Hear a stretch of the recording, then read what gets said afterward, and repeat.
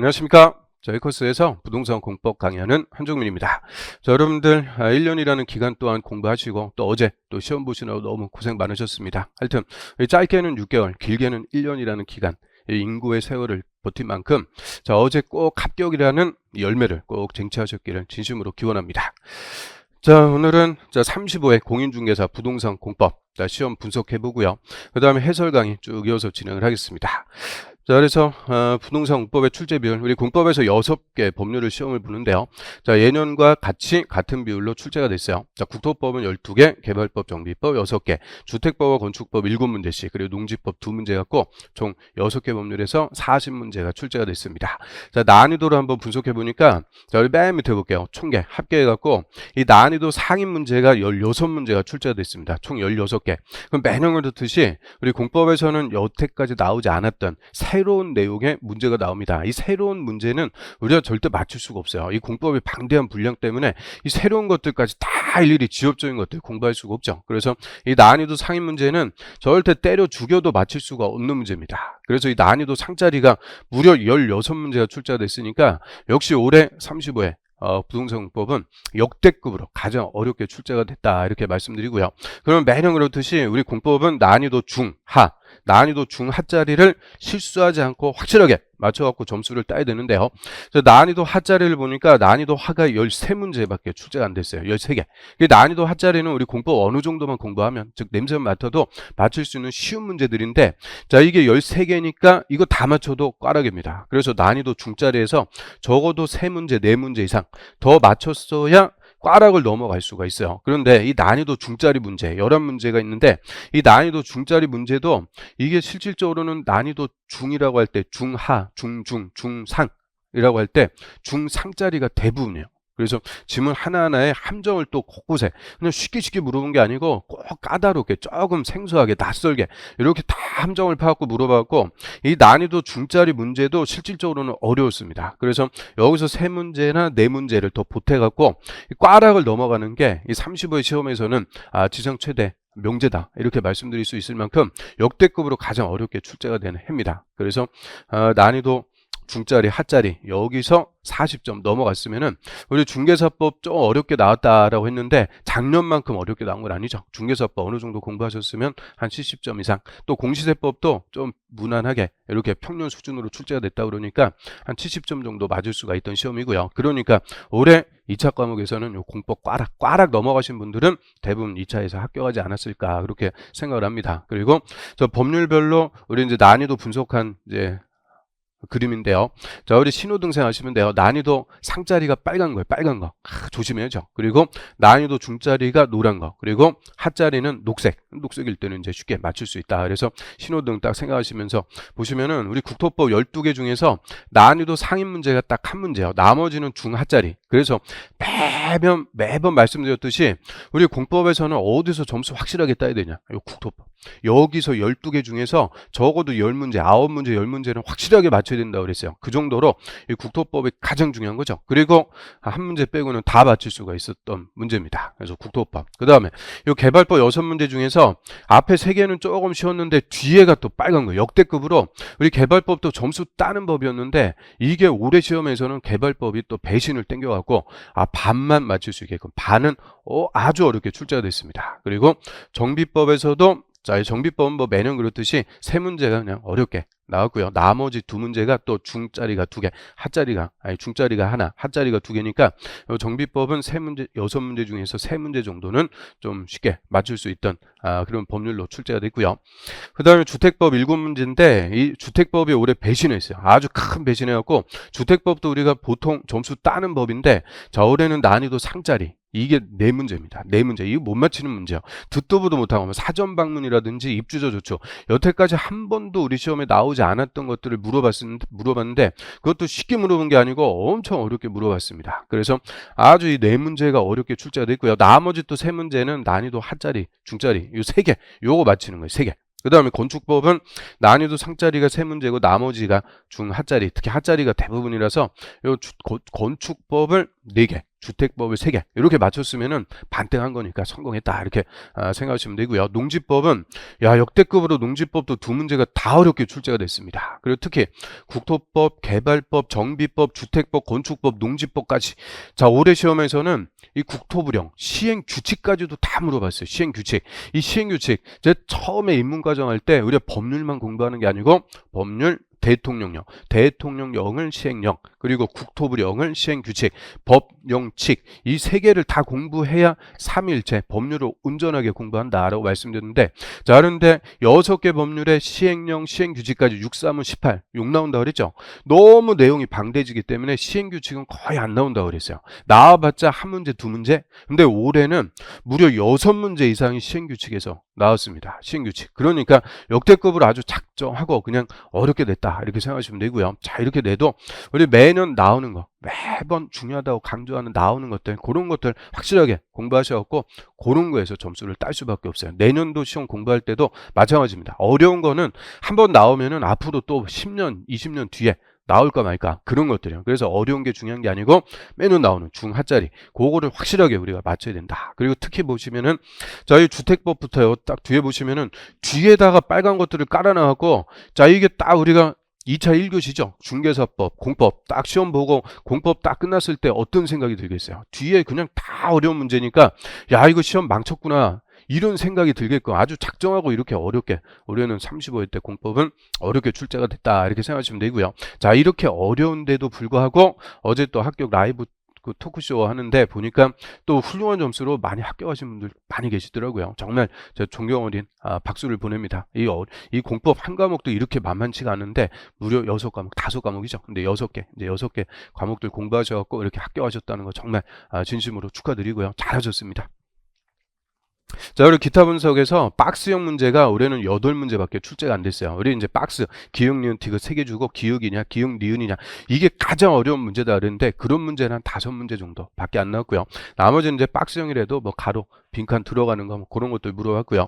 그 다음에 단답형, 우리 제일 좋아하는 문제 유형 단답형. 그냥 단순 암기하면 맞히는 것들. 이거 꼴랑 몇 개냐? 5개. 그 다음에 숫자 외워갖고 맞히는 거. 숫자 물어본 게 3문제. 그러니까 이 단답식이라든지 숫자 단순하게 외워갖고 맞히는 문제가 합쳐갖고 8개, 20점밖에 안 돼요. 20점. 그러니까 이제 더 이상 우리 공법을 이 공인중개사 시험 자체가 운전면허 같이 그냥 앞글자 따갖고 2문자 외운다 그러죠. 또 숫자 몇 개 외워갖고 합격하는 시험 절대 아니다. 이렇게 항상 강조하죠. 강조하는 만큼 단답식 또는 숫자형 이런 거 단순하게 쉽게 공부해서는 다 안 돼요. 그 정도로 우리 시험 수준이 많이 올라와 있습니다. 그 다음에 계산 문제가 작년에 2문제가 출제됐는데 올해는 또 1문제도 출제가 안 됐어요. 그리고 옳은 거 찾아라, 틀린 거 찾아라. 옳은 거 찾는 게 더 어렵다 그랬죠. 옳은 거는 지금 5개 중에서 4개가 틀린 거니까 그걸 다 찾아내야 맞출 수가 있는 문제고, 틀린 거는 틀린 거 하나 확실하게 알면 맞출 수가 있으니까 이 긍정형 문제가 더 난이도가 올라가는 거예요. 그런데 긍정형 문제가 역시 4문제 더 출제가 되었고 이 긍정형이 더 많이, 그래서 하여튼 여러모로 올해 35회 때 시험은 공법 같은 경우에는 아주 악랄하게 어렵게 출제가 된 시험이다 이렇게 말씀드릴 수가 있고요. 자, 그래서 이제 41번 문제부터 하나씩 맞춰보도록 하는데요. 자, 우리 41번부터 이 난이도 상짜리 앞으로 나올 가능성이 없는 거, 그런 것들은 우리 공부하는데 중요한 거 아니죠. 그래서 그런 것들은 빨리빨리 넘어갈 수 있도록 하겠습니다. 자, 41번부터 하나씩 맞춰볼게요. 자, 우리 국토법의 용어에 관해서 옳은 것은 용어 뭐 매년 나오는데, 자, 1번 행정청이 설치하는, 행정청, 국가나 지자체, 행정청이 설치하는 공동묘지는 공공시설에 해당한다. 자, 얘가 정답이죠. 1번 정답. 그래서 우리 공공시설이라는 것은 공공용시설 같이 쓴다고 그랬죠. 도로, 공원, 철도, 수도, 공공용시설 혼자 배타적으로 쓰는 게 아니고 두루두루 같이 쓰는 시설들인데, 자, 여기서 논점은 행정청이 설치할 때 공공시설이 되는 게, 자, 이게 이제 우리 2개만 대표적으로 정리했죠. 주차장 그리고 저수지 이런 것들은 행정청이 설치할 때만 공공시설이다 그랬는데 그 이외의 시행규칙에서 쫙 열거가 돼 있어요. 그 중에 하나가 공동묘지예요. 공동묘지. 그러니까 이거 시행규칙에 어려운 지문 갖고 어려운 내용 갖고 물어본 지문이니까 1번 지문은 쉬운 지문은 아니에요. 쉬운 지문은 아닌데 나머지 지문들이 우리가 항상 연습했던 것들이니까 나머지 지문들이 쉬워갖고 41번 문제는 난이도를 중으로 배정을 했습니다. 그래서 2번은 보면 성장관리계획구역의 난개발 방지 계획적 개발을 유도하기 위해서 수립하는 계획은 공간 재구조화 계획이 아니고 성장관리계획구역에 수립하는 계획이니까 성장관리계획이죠. 공간 재구조화 계획은 공간구조를 재편성하는 계획. 얘는 올해 신설됐다. 뭐 때문에요? 도시혁신구역, 복합용도구역, 여태까지 없었던 이런 창의적이고 혁신적인 도시공간 개발, 또 2개 이상 융합해서 복합적으로 도시공간을 조성해보자. 이런 도시혁신구역, 복합용도구역을 지정할 때는 도시군관리계획이 아니고 공간 재구조화 계획을 입안 결정해갖고 합니다. 그래서 공간 재구조화 계획은 도시혁신구역, 복합용도구역 그런 것들 지정하기 위해서 수립하는 별도의 계획이죠. 그 다음에 3번 자전거 전용 도로는 기반설에 해당하지 않는다 이렇게 줬는데요. 우리 기반설 뭐 도로, 철도, 상하수도, 학교, 공원 뭐 등등등. 자, 기반설이 총 47개. 그 중에서 이제 하나 또 물어본 건데요. 기반설 물어봤는데, 자, 이게 그냥 도로는 기반설에 해당하지 않는다. 그러면 우리가 쉽게 아니 당연히 도로, 상하수도 이런 것들 기반설이다. 그런데 도로를 또 세분해 갖고 물어본 거죠. 그러니까 이 지문 하나하나가 그냥 물어본 게 아니고 조금이라도 조금 낯설게 생소하게 좀 우리한테 익숙하지 않게끔 새로운 형태로 물어본 지문들이죠. 그래서 우리 도로는 다시 대통령령에서 세 분이 들어가죠. 도로는 어디에 있느냐에 따라서 일반 도로, 지하도로, 고가도로, 또 누가 요한에 따라서 보행자 전용, 자전거 전용, 자동차 전용 도로 뭐 이런 식으로 도로가 세 분, 그 세 분 되는 도로 중에서 하나 갖고 물어본 거예요. 그럼 도로는 기반설이죠. 그럼 자전거 전용 도로, 도로의 세 분, 자전거 전용 도로도 당연히 기반설입니다. 그러니까 그냥 도로는 기반설에 해당하지 않는다. 쉽게 물어볼 수도 있는데 꼭 한 번 더 꽈가지고 그래서 이게 난이도 중이라도 그냥 지문 하나하나가 만만치가 않아요. 그 다음 4번. 자, 지구단위 계획구역 지정에 관한 계획은 도시군 기본 계획이 아니고 도시군 관리 계획. 우리 도시군 관리 계획의 내용, 용, 기, 도, 지, 입, 도, 복. 1년 내내 한 거. 그래서 지구단위 계획구역 지정하고 지구단위 계획 수립하는 것은 도시군 관리 계획입니다. 그 다음 5번에 기반설 부담구역은 기반설을 설치하기가 곤란한 지역을 대상으로 지정한다. 자, 이 키워드라 그랬죠. 그럼 기반설을 설치하기가 곤란한 지역은 개발 밀도 관리구역. 기반설 부담구역은 개발로 인해서 기반설이 뭐하는 것? 필요한 곳이다. 그래서 개발 밀도 관리구역은 기개발지. 이미 개발이 다 끝나갖고 기반설을 설치하는 게 곤란한 곳이고, 기반설 부담구역은 신개발지, 새로 개발하니까 개발로 인해서 기반설이 필요한 것. 항상 이 키워드가 핵심, 제일 중요한 개념이죠. 그래서 나머지 지문들이 뭐 어려운 것들이 아니니까 요 3번 요게 조금 어렵다고 할 수가 있고요. 그래서 1번 요거는 찾아내는데 별 어려움은 없으셨을 거예요. 그 다음에 42번 문제 볼게요. 국토법에서 지자체장이 다른 법에 따른 토지 이용에 관한 구역을 지정하는 경우에 관해서 틀린 것은, 자, 얘가 난이도 상위 문제, 여태까지 우리 시험에 나오지 않았던 건데 이 새로운 문제, 우리 총칙 파트에서 우리 이제 전 국토를 대상으로 가장 기본적인 쓰임새, 용도 지역이라는 걸 지정하죠. 그래서 전국의 토지에는 빠짐없이 중복되지 않게 용도 지역이라는 게 지정이 돼 있어요. 그리고 이 지자체장이 다른 법, 국토법이 아닌 다른 법에 따라서 토지를 이용하거나 개발하거나 보존하기 위해서 구역 등을 지정할 때 그 용도 지역에 맞게 하라는 거예요. 용도 지역에 맞게 지정해라. 그리고 또 대규모로 지정할 때는 이 국토법에 따라서 뭐 국토부 장관의 승인을 받든지 이런 다른 법에 따라서 토지 이용에 관한 구역을 지정할 때 이 규제에 관한 건데, 이런 것들은 우리가 여태까지 배우고 공부하고 그런 내용이 아니죠. 그래서 여태까지 시험에도 안 나왔던 건데, 자, 그래서 이 문제는 난이도 상위 문제예요. 자, 이거는 그냥 들어두세요. 자, 1번에 지정하려는 구역의 면적이 1제곱킬로미터 미만일 때에는 이런 승인을 받지 않아도 된다. 그래서 우리 이제 대통령령 보니까 1제곱킬로미터 이상일 때, 이 구역의 면적이 1제곱킬로미터 이상일 때 뭐 국토부 장관의 승인을 받든지 하도록 하고 있어요. 그럼 1제곱킬로미터 미만이면 승인 안 받아도 된다. 맞고요. 근데 2번이 정답이죠. 2번. 자, 농림지역에서 수도법에 따른 상수원 보호구역을 지정할 때는 국토부 장관의 승인을 받아야 된다. 그럼 이런 이제 용도 지역 등에 맞지 않는 구역을 지정하는 것을 제한하는 거죠. 그러면 우리 보존 목적, 저 비도시 지역에 보존할 것들, 보존관리 지역, 보존관리, 그리고 생산관리, 그 다음에 농림지역, 자연환경 보존지역. 자, 이 비도시 지역 중에서 자, 이런 지역들은 보존할 곳이죠. 개발하는 곳이 아니고 보전. 그럼 보존할 곳에 수도법의 상수원 보호구역을 지정한대요. 이 수도를 상수원을 보호하기 위해서 일체 토지 이용 개발 못하게 규제하는 것이 상수원 보호구역.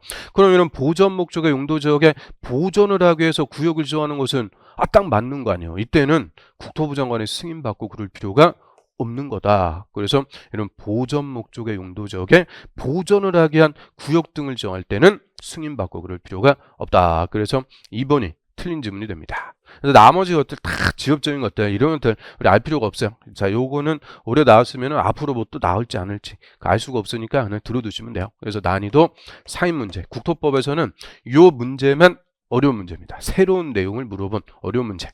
그 다음에 43번 볼게요. 43번. 자, 우리 국토법에서 도시군 계획에 관해서 옳은 것은, 자, 옳은 문제가 올해는 많이 나왔죠. 자, 1번 보면, 자, 도시군 계획은 도시군 기본 계획, 도시군 관리 계획 두 개를 합쳐갖고 도시군 계획. 자, 도시군 기본 계획이 광역도시 계획과 다르다. 그럼 뭐가 상위 계획? 광역도시 계획이 상위 계획이니까 광역도시 계획이 우선. 자, 쉬운 지문이고요. 그 다음 2번에 도시군 기본 계획의 수립권자가 생활권 계획을 따로 수립했을 때는 해당 계획이 수립된 생활권에 대해서는 도시군 관리 계획이 수립된 것으로 본다. 자, 얘가 또 그냥 쉽지 않게 장난쳐갖고 물어봤는데요. 자, 우리 도시군 기본 계획 파트에서 올해 이제 신설된 계획이 생활권 계획이죠.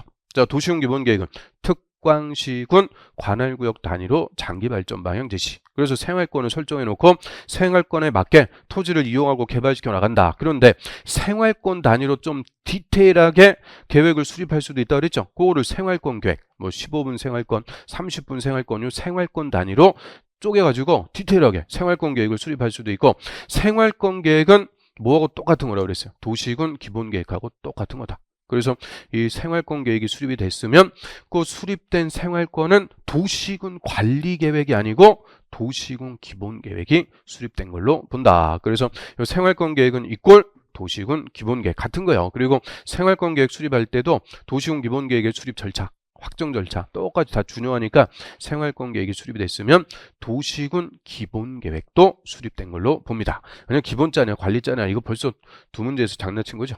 그 다음에 3번. 자, 시장원수가 미리 지방의회 의견을 들어서 수립한 도시군 기본계획의 경우 도지사는 지방도시계획위원회 심의를 거치지 않고 해당 계획을 승인할 수 있다. 자, 우리 도시군 기본계획은 시장 군수가 수립했을 때만 누구한테 와서? 도지사한테 와서 승인받는 거죠. 그리고 도지사가 승인할 때는 뭘 거쳐야 돼요? 승인할 때는 협의하고 심의. 협의, 심의 거쳐갖고 승인. 그리고 광역도시계획이나 도시군 기본계획 이런 장기 발전 방향 제시하는 계획에서는 절차 생략이 있어요, 없어요? 없죠. 절차 생략 없다고 그랬어요. 장기 발전 방향 정책을 제시하는데 경미하고 이런 거 있다 없다? 없다. 그래서 광역도시계획이나 도시군 기본계획이나 다 절차 생략할 수 있다. 이러면 틀린다 그랬어요. 그래서 도지사는 협의, 심의 다 거쳐갖고 승인합니다. 그 다음에 4번에 주민은 공공청사 설치에 관한 사항에 대해서 도시군관리계획 입안권자에게 입안 제한할 수 있다. 그래서 절대 이 주민은 입안할 수는 없고 입안해 주세요. 입안권자에게 뭐 할 수 있다? 제한할 수 있다. 아주 작년에도 물어보고 맨날 나오는 논점이죠. 그러면 우리 주민이 제한할 수 있는 사항 기, 지, 구, 입 이것도 1년 내내 기반시설 지구 단위 계획, 용도 지구 정확하게 하면 산업, 유통, 개발, 진흥지구 그리고 입체 복합구역 기, 지, 구, 입 4개 딱 주민이 입안해달라고 제안할 수가 있고요. 그럼 이 중에서 뭘 물어본 거냐? 공공청사 설치에 관해서 입안 제한할 수 있다. 공공청사가 뭘까? 공공청사. 이게 기반시설이죠. 그래서 우리 공공문화, 체육시설, 학교, 공공청사, 문화시설, 체육시설 이런 것들 다 기반시설입니다. 그래서 공공청사가 이꼴 기반시설. 그럼 기반시설 설치에 관해서 주민은 입안 제한할 수 있다? 없다? 있다. 그리고 기반시설 제한할 때는 토지 면적 얼마 이상의 동의, 5분의 4 이상의 동의 받아야 된다. 맨날 1년 내내 연습한 건데 그런데 또 쉽게 기반시설에 관해서 제한할 수 있다가 아니고 기반시설 중에서 하나, 공공청사 이거를 또 구체적으로 끄집어갖고 물어본 거니까 그래서 이렇게 쉬운 지문이라도 쉽지 않게 꼭 좀 우리한테 생소하게 물어본 거죠. 그래서 공공청사 설치, 기반시설 설치에 관해서 입안해달라고 제안할 수 있다. 4번 정답입니다. 충분히 이거는 맞출 수 있던 문제입니다. 그 다음 5번에 광역도시 도시군 기본계획 수립할 때 도시군관리계획 함께 입안할 수 있다? 없다?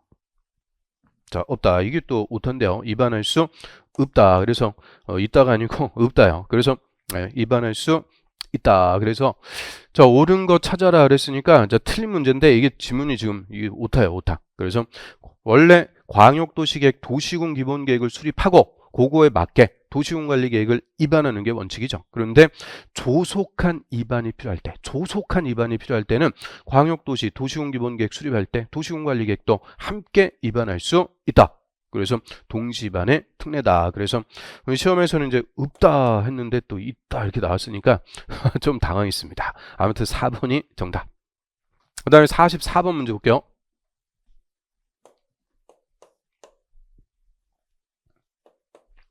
자, 44번 도시군관리계획 결정에 관해서 옳은 것은 저 도시군관리계획 결정 자 역시 옳은 거니까 하나씩 보죠. 자 1번에 결정의 효력은 지용도면 고시한 날에 다음 날 아주 맨날 나오는 지문. 그래서 지용도면 고시한 날부터 효력, 행위제한이라는 효과가 발생합니다. 1번은 시가와 조정구역 지정에 관한 도시군관리계획 결정 당시 이미 사업인허사에 착수한 자는 결정에 불구하고 신고 없이 계속할 수 있다. 이것도 뭐 맨날 우리 연습한 지문이죠. 자, 원칙은 결정 당시에 사업인허사에 착수하고 있었으면 계속할 수 있죠. 계속하려면 다시 허가받아야 된다. 신고만 해주면 된다. 그냥 계속할 수 있다. 또 신고 또 나옵니다.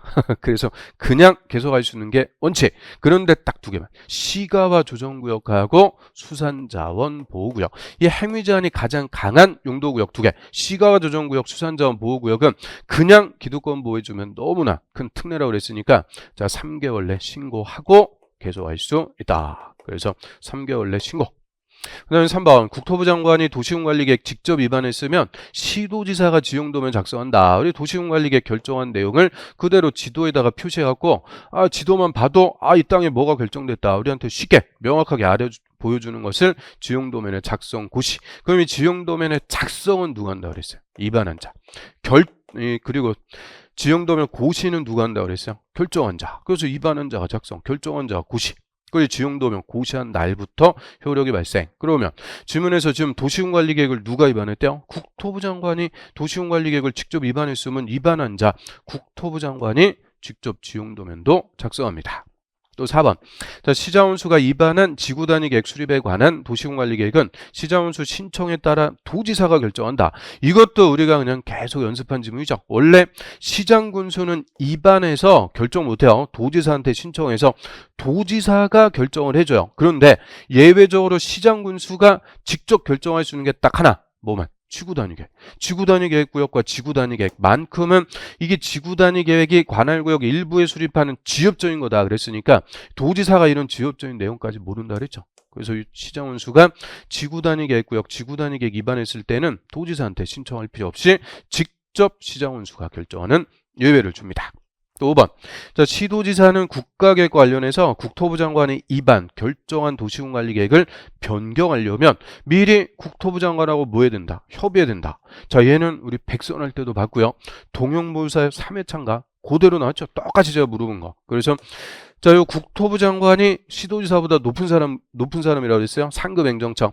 그럼 국토부 장관이 위반해서 결정한 도시군관리계획을 밑에 시도지사가 변경할 수 있다? 없다? 있다. 변경할 수 있다. 그런데 위에 사람이 만든 거를 밑에 사람이 지 맘대로 바꿔버리면 윗사람 심기를 거슬른다 그랬죠. 그러니까 결정하기 전에 뭐는 해줘라. 국토부 장관하고 협의. 변경해도 괜찮습니까? 협의는 해줘야 된다. 5번 정답.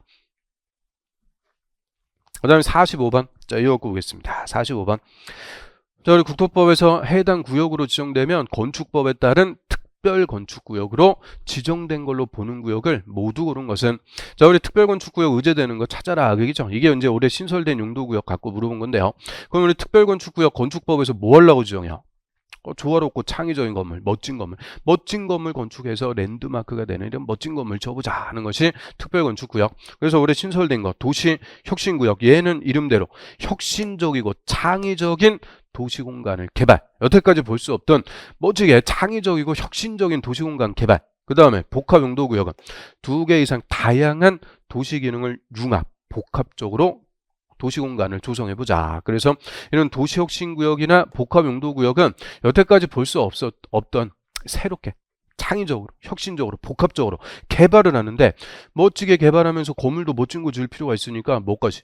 특별 건축구역까지도 다 의제가 된다. 그래서 도시혁신구역, 복합용도구역 두 개는 지정되면 특별건축구역도 의제가 됩니다. 자, 이에 반해서 나머지 것들, 우리 시가와 조정구역은 뭘 하고 지정해요?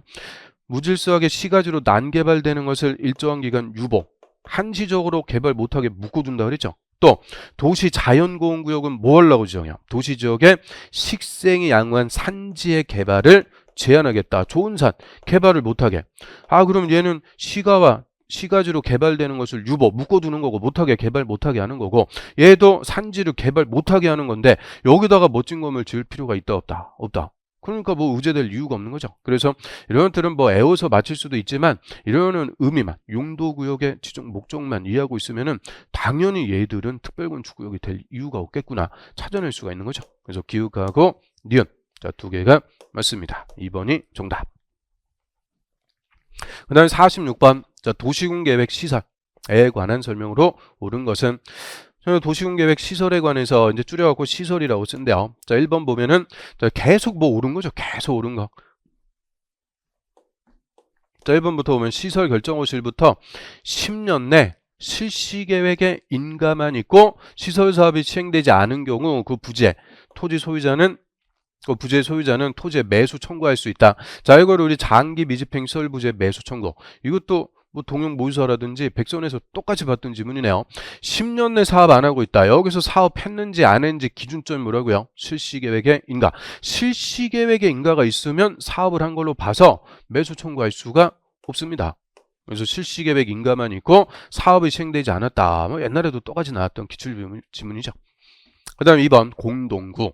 자, 공동구는 지하 매설물을 공동 소유하기 위해서 지하에 설치하는 큰 시설물 터널이라고 그랬죠. 자, 공동구가 설치됐을 때 쓰레기 수송과는 공동구 협의회 심의를 거쳐갖고 공동구에 수용할 수가 있다. 할 수도 있고 안 할 수도 있고 임의적인 거. 이것도 두 번이나 종래 기출문제니까 요 심의까지 거쳐갖고 수용할 수가 있는 거 두 개. 제일 위험한 거 뭐예요? 가스관. 제일 더럽고 냄새나는 거 하수도관. 가스관, 하수도관 25, 28 그냥 그대로 다 기출문제 두 번이나 정답이니까 쓰레기 수송관이 아니고 가스관, 하수도관. 쉬운 지문이죠. 그 다음에 3번. 자, 택지개발지구. 우리 택지개발지구는 뭐 하는 곳이라고 그랬어요? 이걸 신도시개발. 신도시 개발한다고 그랬죠. 자, 택지개발지구가 200만 제곱미터 초과할 때는 공동구 설치해야 된다. 자, 공동구. 동그라미 두 개니까 얼마라고요? 200만 초과할 때 이때는 신도시를 개발하든 구도시를 재개발하든 아파트 단지를 건설하든 200만 초과할 때는 사업시행자 공동구 설치해라. 쉬운 질문 3번 정답입니다. 그 다음에 4번은 시설 결정호실부터 20년이 지날 때까지 사업이 시행되지 않으면 그 시설 결정은 20년이 되는 날에 효력을 잃는다. 실효. 항상 실효나 이제는 그날이 아니고 다음날. 우리 연습했던 거 계속 나오는 거잖아요. 다음날 항상 실효나 이제는 다음날. 다음날 또 빼먹고 틀렸네요. 그 다음 5번 시설 결정호실부터 10년 내 자, 시설 사업이 시행되지 않은 경우 역시 10년 내 사업 안 했으니까 장기 미집행. 자, 이때 그 부진의 건물만 소유한 자도 시설 결정 해제해달라고 도시군관리계획 위반을 신청할 수가 있다. 그래서 요것도 그대로 우리 백선에서 다 봤던 지문 동영모사에 똑같이 물어봤어요. 제가 요 10년 내 사업 안 했다. 장기 미집행 시설 부재에서 그게 효과가 세 가지 있다고 그랬죠. 일단 10년 내 사업 안 했다. 시설 부재 지목이 대인 토지 소유자는 내 땅 사달라고 매수 청구를 하는 걸 할 수가 있죠. 또 10년 내 사업 안 했을 때는 현황 등을 의무적으로 지방의회 보고를 받은 지방의회가 해제 권고하면 해제해야 된다. 의무입니다. 1년 내 해제해야 된다. 그리고 세 번째 10년 내 사업 안 하고 있는데 실효될 때까지 집행계획이 없어요. 그 말은 실효될 때까지 사업 안 한다 그 얘기죠. 이때는 시설 부지의 토지 소유자가 사업 안 할 거니까 해제해달라고 위반 신청할 수가 있죠. 그래서 그 시설 부지 안에 건물 소유자가 아니고 누가? 토지 소유자. 여기서 토지 소유자는 지목이 대로 한정하지 않는다. 그냥 시설 부지 안에 토지 소유자는 사업할 것도 아니니까 해제해달라고 위반을 신청할 수가 있게 되죠. 그래서 3번 정답입니다. 그 다음에 47번이요. 볼게요. 47번.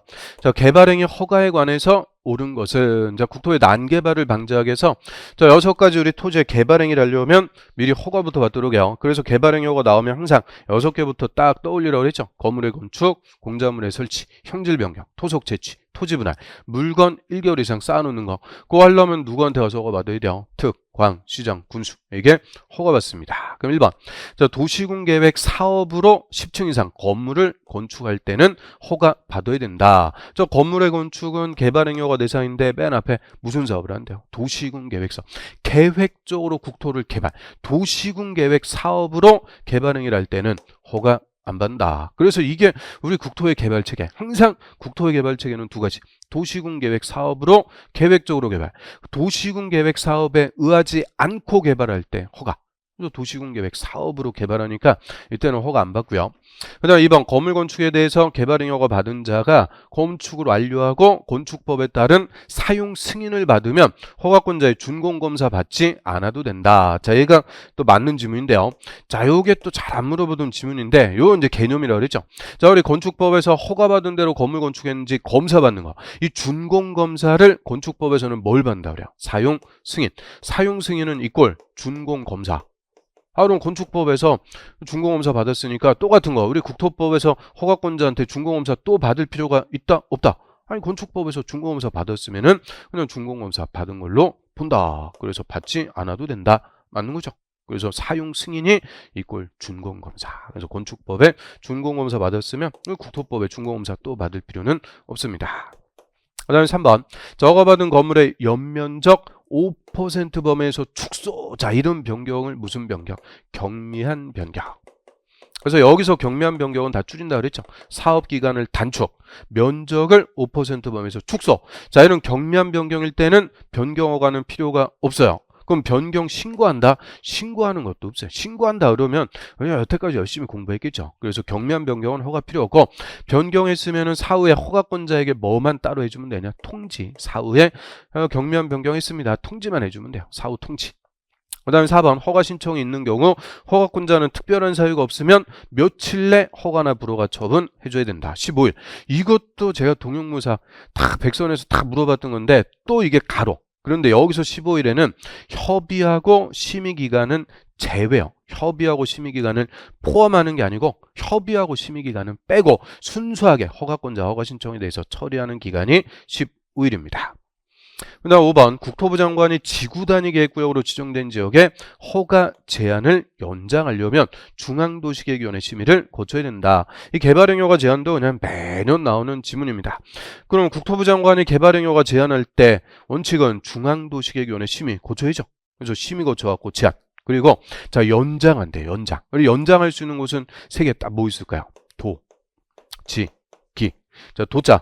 도시군 기본, 도시군 관리 계획을 수립, 지자, 지구단위 계획 구역으로 지정해서 지구단위 계획 수립, 기자, 기반시설 부담구역으로 지정돼서 기반시설 설치 계획 수립. 이런 도지기 계획을 수립하는 것은 계획 수립할 때까지 기다려라. 허가 못 내주게 제한. 그런데 3년에 계획이 잘 수립이 안 되니까 2년 연장, 최장 5년까지 허가 제한할 수 있는 것이 도지기.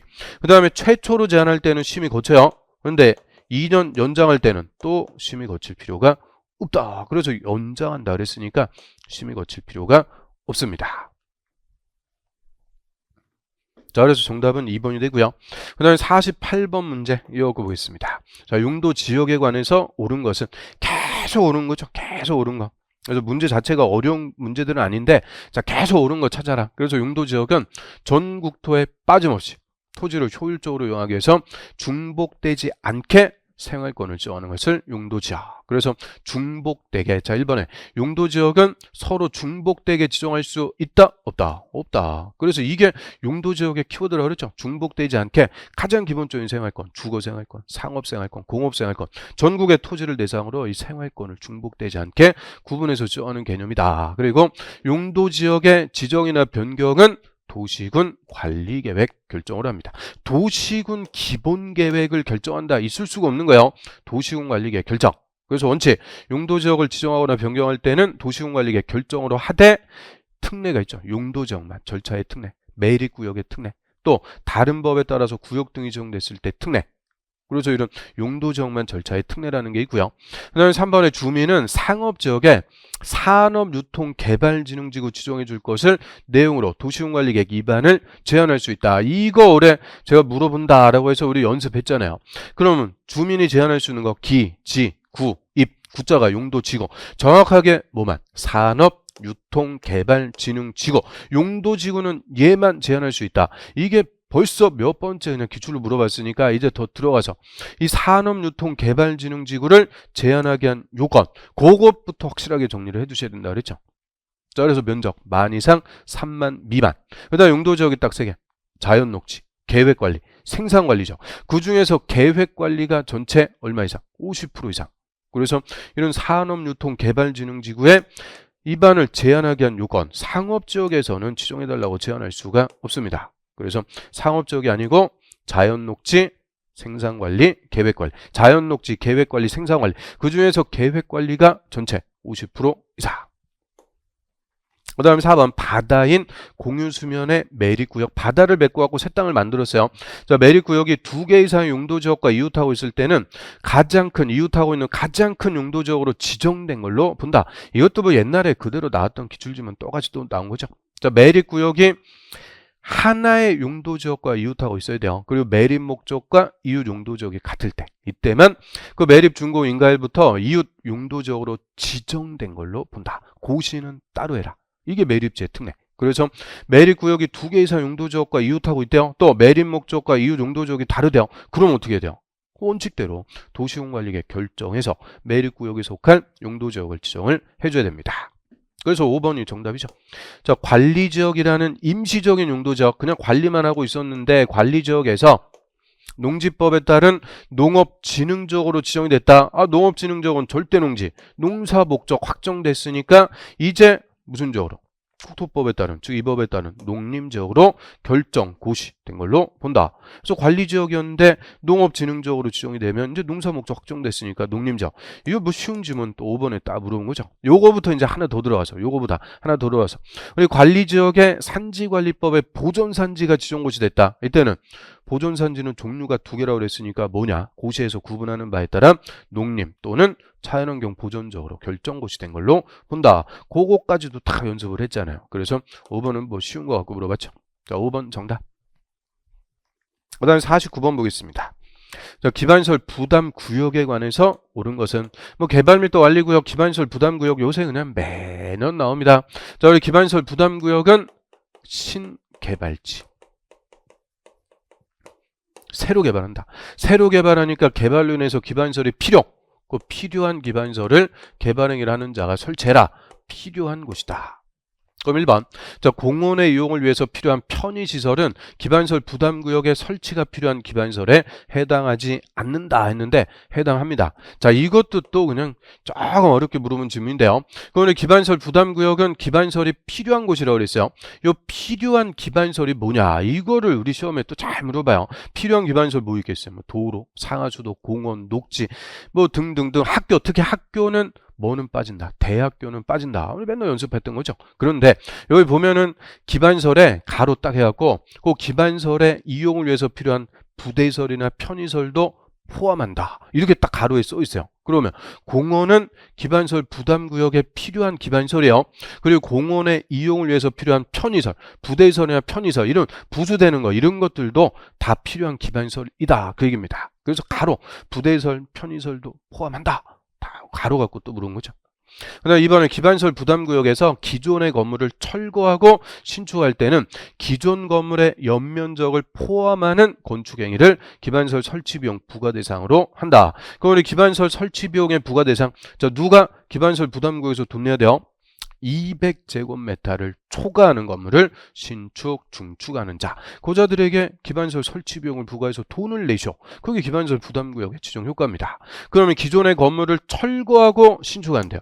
기존 건물을 철거하고 신축하는 게 기반시설 설치 비용 부과 대상일 때는 기존 건물의 연면적까지는 이거는 기득권이라고 그랬죠. 아니, 기존 건물 건축할 때 연면적에 대해서 기반시설 설치 비용 부과했으니까 이런 기존의 건물을 철거하고 신축할 때는 기존 건물의 연면적은 한번 부과했으니까 거기다 또 부과해버리면 이중부가 되죠. 그래서 기존 건물의 연면적을 초과, 포함하는 게 아니고 초과하는 건축행위만 기반시설 설치 비용의 부과 대상이 됩니다.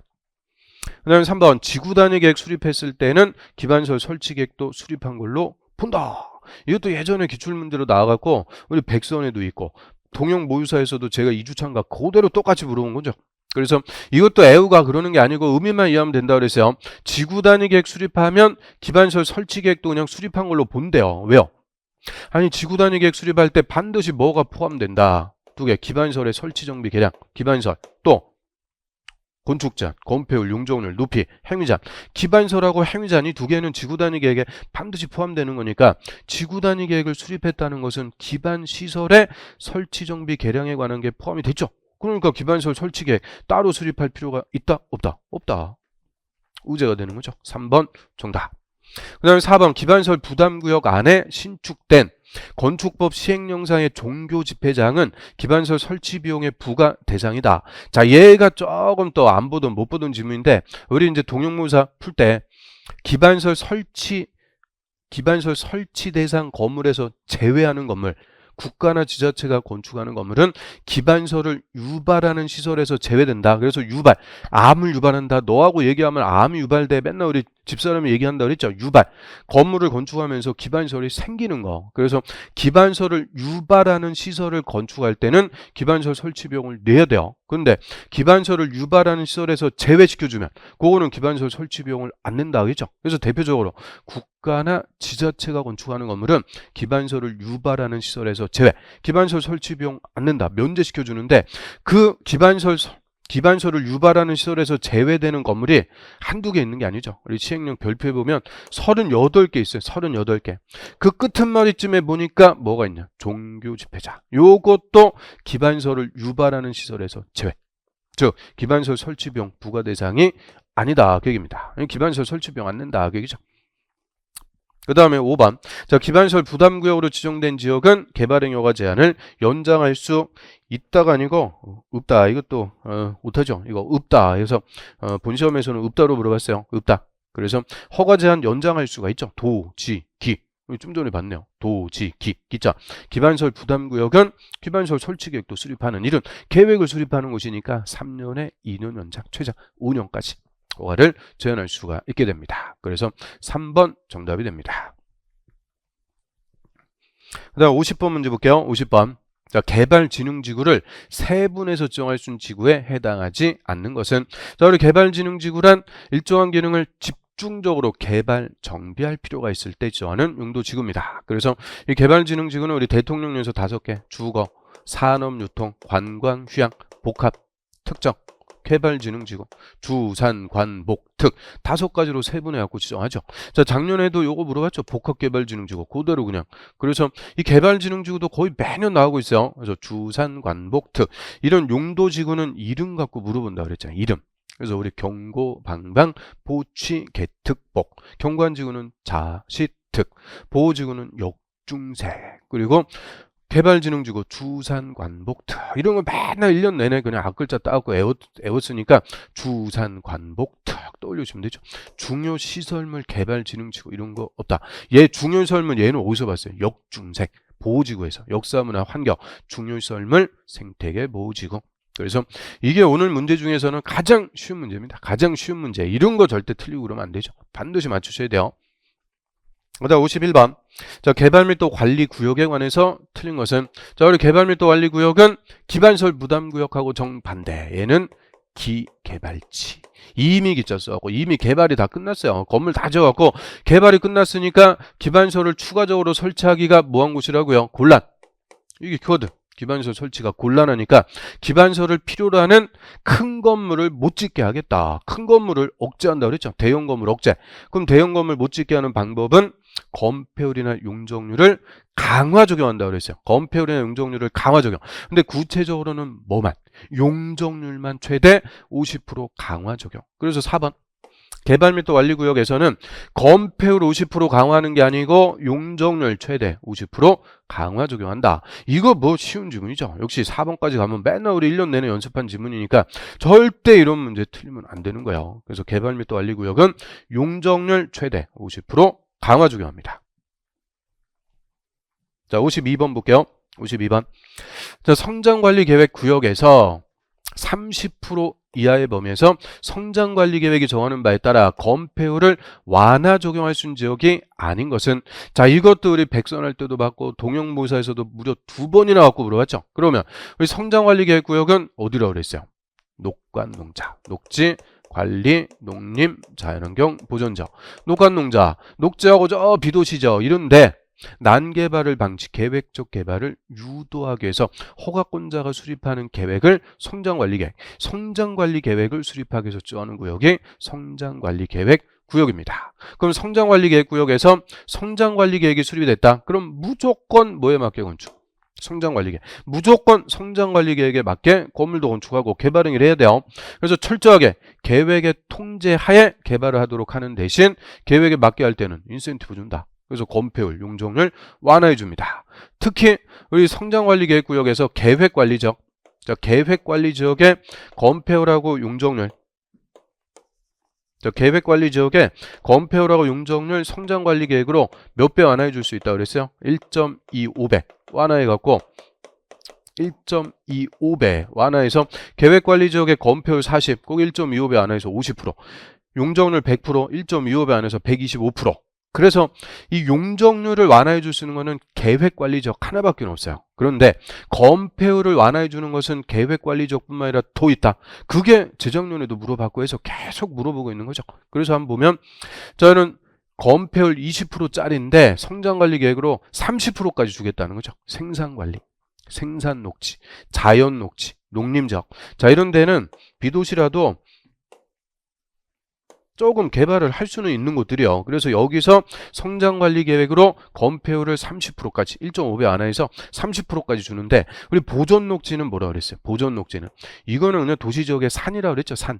이 보존녹지는 도시지역이라도 절대 개발할 수가 없는 녹지. 그래서 여기서는 개발을 못하는데 건폐율을 완화해주고 그럴 이유가 없는 거죠. 그래서 이런 것들도 개념입니다. 개념. 그래서 정확하게 요 4개만, 이 4개는 성장관리계획으로 건폐율 30%, 계획관리지역은 건폐율 1.25배 완화해 줄 수 있는데 얘들은 20%짜리를 30%, 1.5배 완화해 줄 수가 있던 거죠. 그래서 요새 계속 나오고 있는 문제 중에 하나입니다. 그 다음에 여기까지가 국토법이요. 그래서 국토법에서는 딱 한 개 빼고 다 맞출 수 있던 거예요. 어느 정도 공부하셨던 분들은 다 맞춰야 된다. 이렇게 말씀드리고요. 그 다음에 이제 도시개발법인데, 도시개발법 53번에 환지 방식의 개발 사업에 대한 개발계획 수립에 필요한 동의자 수 산정 방법으로 오는 것은, 자, 환지 방식은 땅값이 비싸갖고 수용이 안 되니까 토지 소유자의 동의 받는다고 그랬어요. 그래서 최초로 뭐 할 때부터 개발계획을 수립할 때 동의 받아야 된다. 그래서 개발계획 수립하기 전에 환지 방식일 때는 면적 3분의 2, 면삼이, 총수 2분의 1, 총 2, 1. 그래서 면적 3분의 2, 총수 2분의 2 이상 각각의 토지 소유자의 동의 받아야 개발계획 수립할 수가 있고, 환지 방식에서만 국공유지를 포함한다고 그랬죠. 면적 산정할 때 국공유지 포함. 그래서 환지 방식으로 개발계획 수립, 환지 방식으로 개발 사업하기 위해서 조합 설립할 때 딱 2번만 국공유지가 포함입니다. 그 다음 2번. 자, 1인이 2개 이상 필지의 토지를 단독으로 소유하고 있다. 쉽게 얘기해서 혼자서 2필지 이상의 토지를 소유하고 있대요. 이거 맨날 우리 뭐라 그랬어요? 어떤 경우다? 부러운 경우다. 부러운 경우라도 관계없이 한 명으로 산정해라. 2번 정답. 부러운 경우라도 관계없이 한 명으로 산정. 그 다음에 2개 이상의 필지의 토지를 소유한 공유자가 같아. 공유자가 동일하더라. 이때는 공유자 각각이 아니고 공유자 대표 1명. 또 한 필지의 토지 소유권을 여러 명이서 공유하고 있어요. 여러 명이서 공유하고 있을 때도 역시 공유자 대표 1명. 그런데 단서가 있죠. 집합건물법에 따른 구분 소유자일 때는 각각을 1명으로 본다. 그런데 집합건물법에 따른 구분 소유자 여부에 관계없이 대표 1명만 토지 소유자로 본다. 자, 요게 틀린 거죠. 그래서 원칙이 공유하고 있을 때는 대표 1명만 토지 소유자로 본다. 대표 1명 나오는 건데, 집합건물법의 구분 소유자는 각각을 1명으로 본다. 또 예외가 있는 거죠. 그 다음 5번. 개발구역 지정이 제한된 후부터 개발계획이 수립되기 전까지 사이에 토지 소유자가 변경되면 변경된 토지 소유자의 동의서를 기준으로 할 것. 이것도 제가 모의고사에서 다 물어봤던 질문인데요.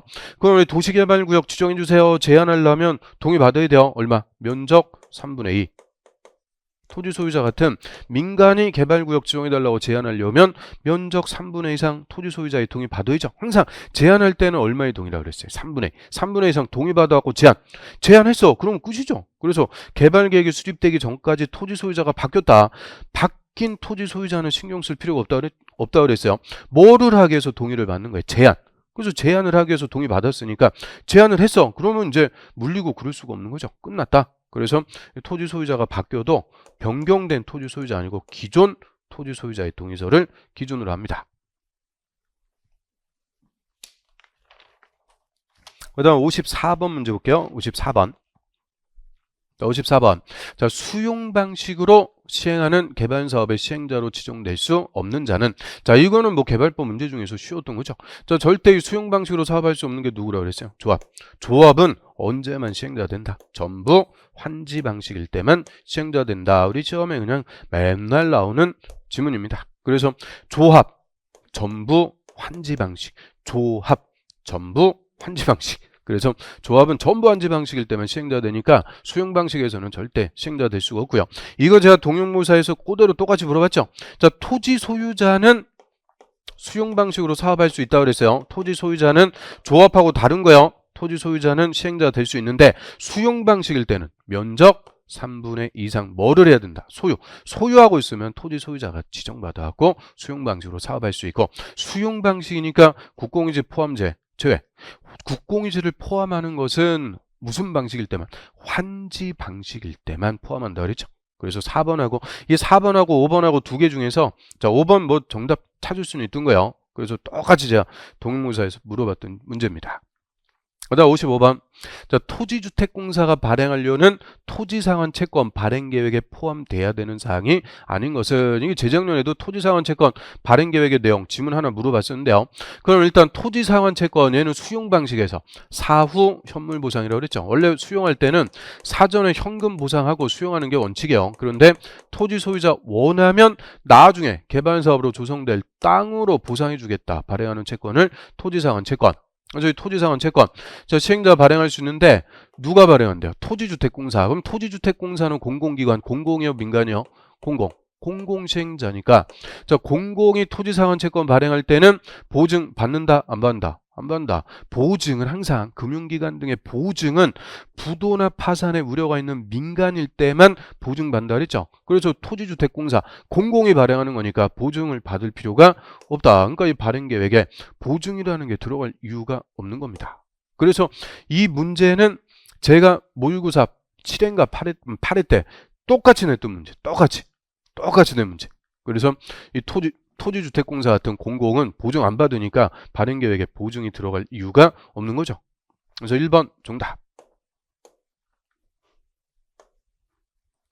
그 다음 56번 보겠습니다. 자, 환지 방식에 한 사업 시행에 관해서 틀린 것은, 자, 환지 방식에 관해서 틀린 거. 자, 틀린 거니까 쭉 한번 볼까요? 자, 2번 지문 같은 게 막 또 시행 규칙, 도시개발법 시행 규칙에 이런 지엽적인 것들 싹 다 물어봤으니까 하나하나 쉬운 것들이 없어요. 쉬운 것들이. 그 다음 4번 지문이 틀렸으니까 4번만 한번 볼게요. 4번. 자, 도시개발 사업으로 임차권의 목적인 토지 이용이 방해를 받아서 종전의 임대료가 불합리하게 된 경우라도 환지처분 공고 다음 날부터는 임대료 감액을 청구할 수가 없다. 딱 읽어보면 틀린 거 같죠? 아니, 토지 이용이 방해를 받아갖고 종전의 임대료가 불합리하게 됐다. 즉, 도시개발 사업으로 사정 변경이 발생해서 권리를 조정할 필요가 생겼다. 그러면은 토지 소유자나 임차권자는 달라진 사정에 대해서 권리를 조정할 수가 있죠. 뭐 환지 예정지가 지정됐든 환지 처분이 있든 종전 토지하고 환지의 달라진 사정에 대해서 일단 뭐 할 수 있다고 그랬어요? 차임 등의 증감 청구할 수 있다. 그 다음에 아예 이런 개발 사업으로 임차권을 설정한 목적 달성이 아예 안 돼요. 목적을 달성할 수 없으면 나갈 수 있게끔 계약을 해지하면서 보증금 등의 손실보상 청구를 누구한테? 돈 많은 시행자에게 할 수가 있다. 그래서 개발 사업으로 사정이 바뀌었으면은 바뀐 사정에 따라서 권리를 조정할 수가 있는데, 권리 조정은 예정지가 지정이 됐든 환지 처분이 있든 며칠 내? 60일 내 달라진 사정에 대해서 권리를 다 조정할 수가 있게 됩니다. 그래서 딱 읽어보는 순간 어느 정도 공부되신 분들은 이게 토지 이용이 방해를 받아갖고 종전의 임대료가 불합리하게 됐다? 아, 이럴 때는 권리 조정할 수가 있겠구나. 이런 거는 애워갖고 맞히는 게 아니고 리갈 마인드라고 그러죠. 우리가 6개월, 1년 딱 법을 공부했으면은 이런 거 읽어보는 순간 뭔가 소름이 팍 끼치는 거예요. 그래서 애워갖고 맞히는 게 아니고 여태까지 우리 연습했던 그런 마인드 싸움이죠. 이런 것들은. 자, 57번 문제 보겠습니다. 자, 도시개발사업 조합에 관해서 옳은 것은, 자, 조합은 일단 언제만 시행된다고요? 전부 환지 방식으로 개발사업학에서 토지 소유자가 만드는 단체를 조합 설립하려면 개발구역의 토지 소유자 몇 명 이상? 7명. 7명 누구라 그랬어요? 황야의 7인. 7명 이상. 정관부터 작성해서 지정권자에게 조합 설립 인가받고요. 그 다음에 조합이 설립 인가받은 사항 중 청산에 관한 사항을 변경할 때는 지정권자한테 신고한다. 자, 인가받은 내용을 변경할 때도 인가 똑같이 받아야 돼요. 그런데 경미한 변경일 때는 신고만 해주면 된다 그랬죠. 이 경미한 거 이거 맨날 나온다. 그래서 경미한 변경 2개. 여기서는 꼴랑 2개밖에 없다. 뭐 있어요? 주된 사무소 소재 재변경, 사무실 이사 갔다. 또 조합원에게 알려주는 공고 방법의 변경 딱 2개. 이런 경미한 변경일 때 신고. 청산 이런 거는 경미한 변경 아니죠. 그 다음에 3번 다른 조합원으로부터 개발구역에서 그가 갖고 있는 토지 소유권 전부를 이전받은 조합원은 정관이 정하는 바에 따라 본래 의결권과는 별도로 토지 소유권을 이전한 조합원의 의결권을 승계할 수가 있다. 자, 그래서 얘가 맞는 지문입니다. 이게 정답 지문인데, 자, 요게 좀 생소하고 여태까지 우리 못 보던 지문이라서 얘는 개발법에서 난이도 상으로 책정을 했습니다. 그래서 자, 다른 조합원으로부터 개발구역에서 그가 가지고 있던 토지 소유권의 전부를 이전받았대요. 그러면 자, 원래 조합원이 A예요. A는 이제 우리 조합원, 도시개발조합의 조합원은 개발구역의 토지 소유자라고 그랬죠. 그런데 요 A가 원래 조합원이에요. 토지를 소유하고 있는 조합원인데 다른 조합원이 B라고 그래요. B로부터 B가 가지고 있는 토지 소유권의 전부를 이전받은 거예요. 그러니까 B가 갖고 있는 땅에 토지를 전부 A가 취득했다 그 얘기죠. 뭐 이전받았다, 뭐 매매를 해서 이전받든 양도 받았다. 자, 이때는 A는 원래 조합원이니까 원래 의결권이 있잖아요. 그런데 본래 의결권과는 따로 원래 B가 갖고 있던 의결권을 승계할 수가 있도록 해요. 그래서 이 정관이 정하면은 자, 이렇게 다른 조합원으로부터 토지 소유권의 전부를 이전받았어요. 그러면 원래 자기가 갖고 있던 의결권 이외에 이 다른 조합원이 갖고 있던 의결권까지도 따로 승계할 수가 있도록 정관이 정하는 바에 따라 정할 수가 있어요. 그래서 이게 좀 어려운 지문인데 맞는 지문입니다. 3번이 정답. 그 다음에 나머지 4번 보면 조합은 총회 권한을 대행케 하기 위해서 대의원회를 둬야 된다? 도시개발조합은 둘 수가 있다. 몇 명 이상일 때? 50명 이상일 때 임의적으로 대의원회를 둘 수가 있는 거죠. 그 다음에 조합의 임원, 조합원, 이사, 감사, 임원으로 선임된 자가 금고 이상 형을 선고받았대요. 금고 이상 형을 선고받으면 어떻게 돼요? 결격이 되죠. 우리 임원의 결격.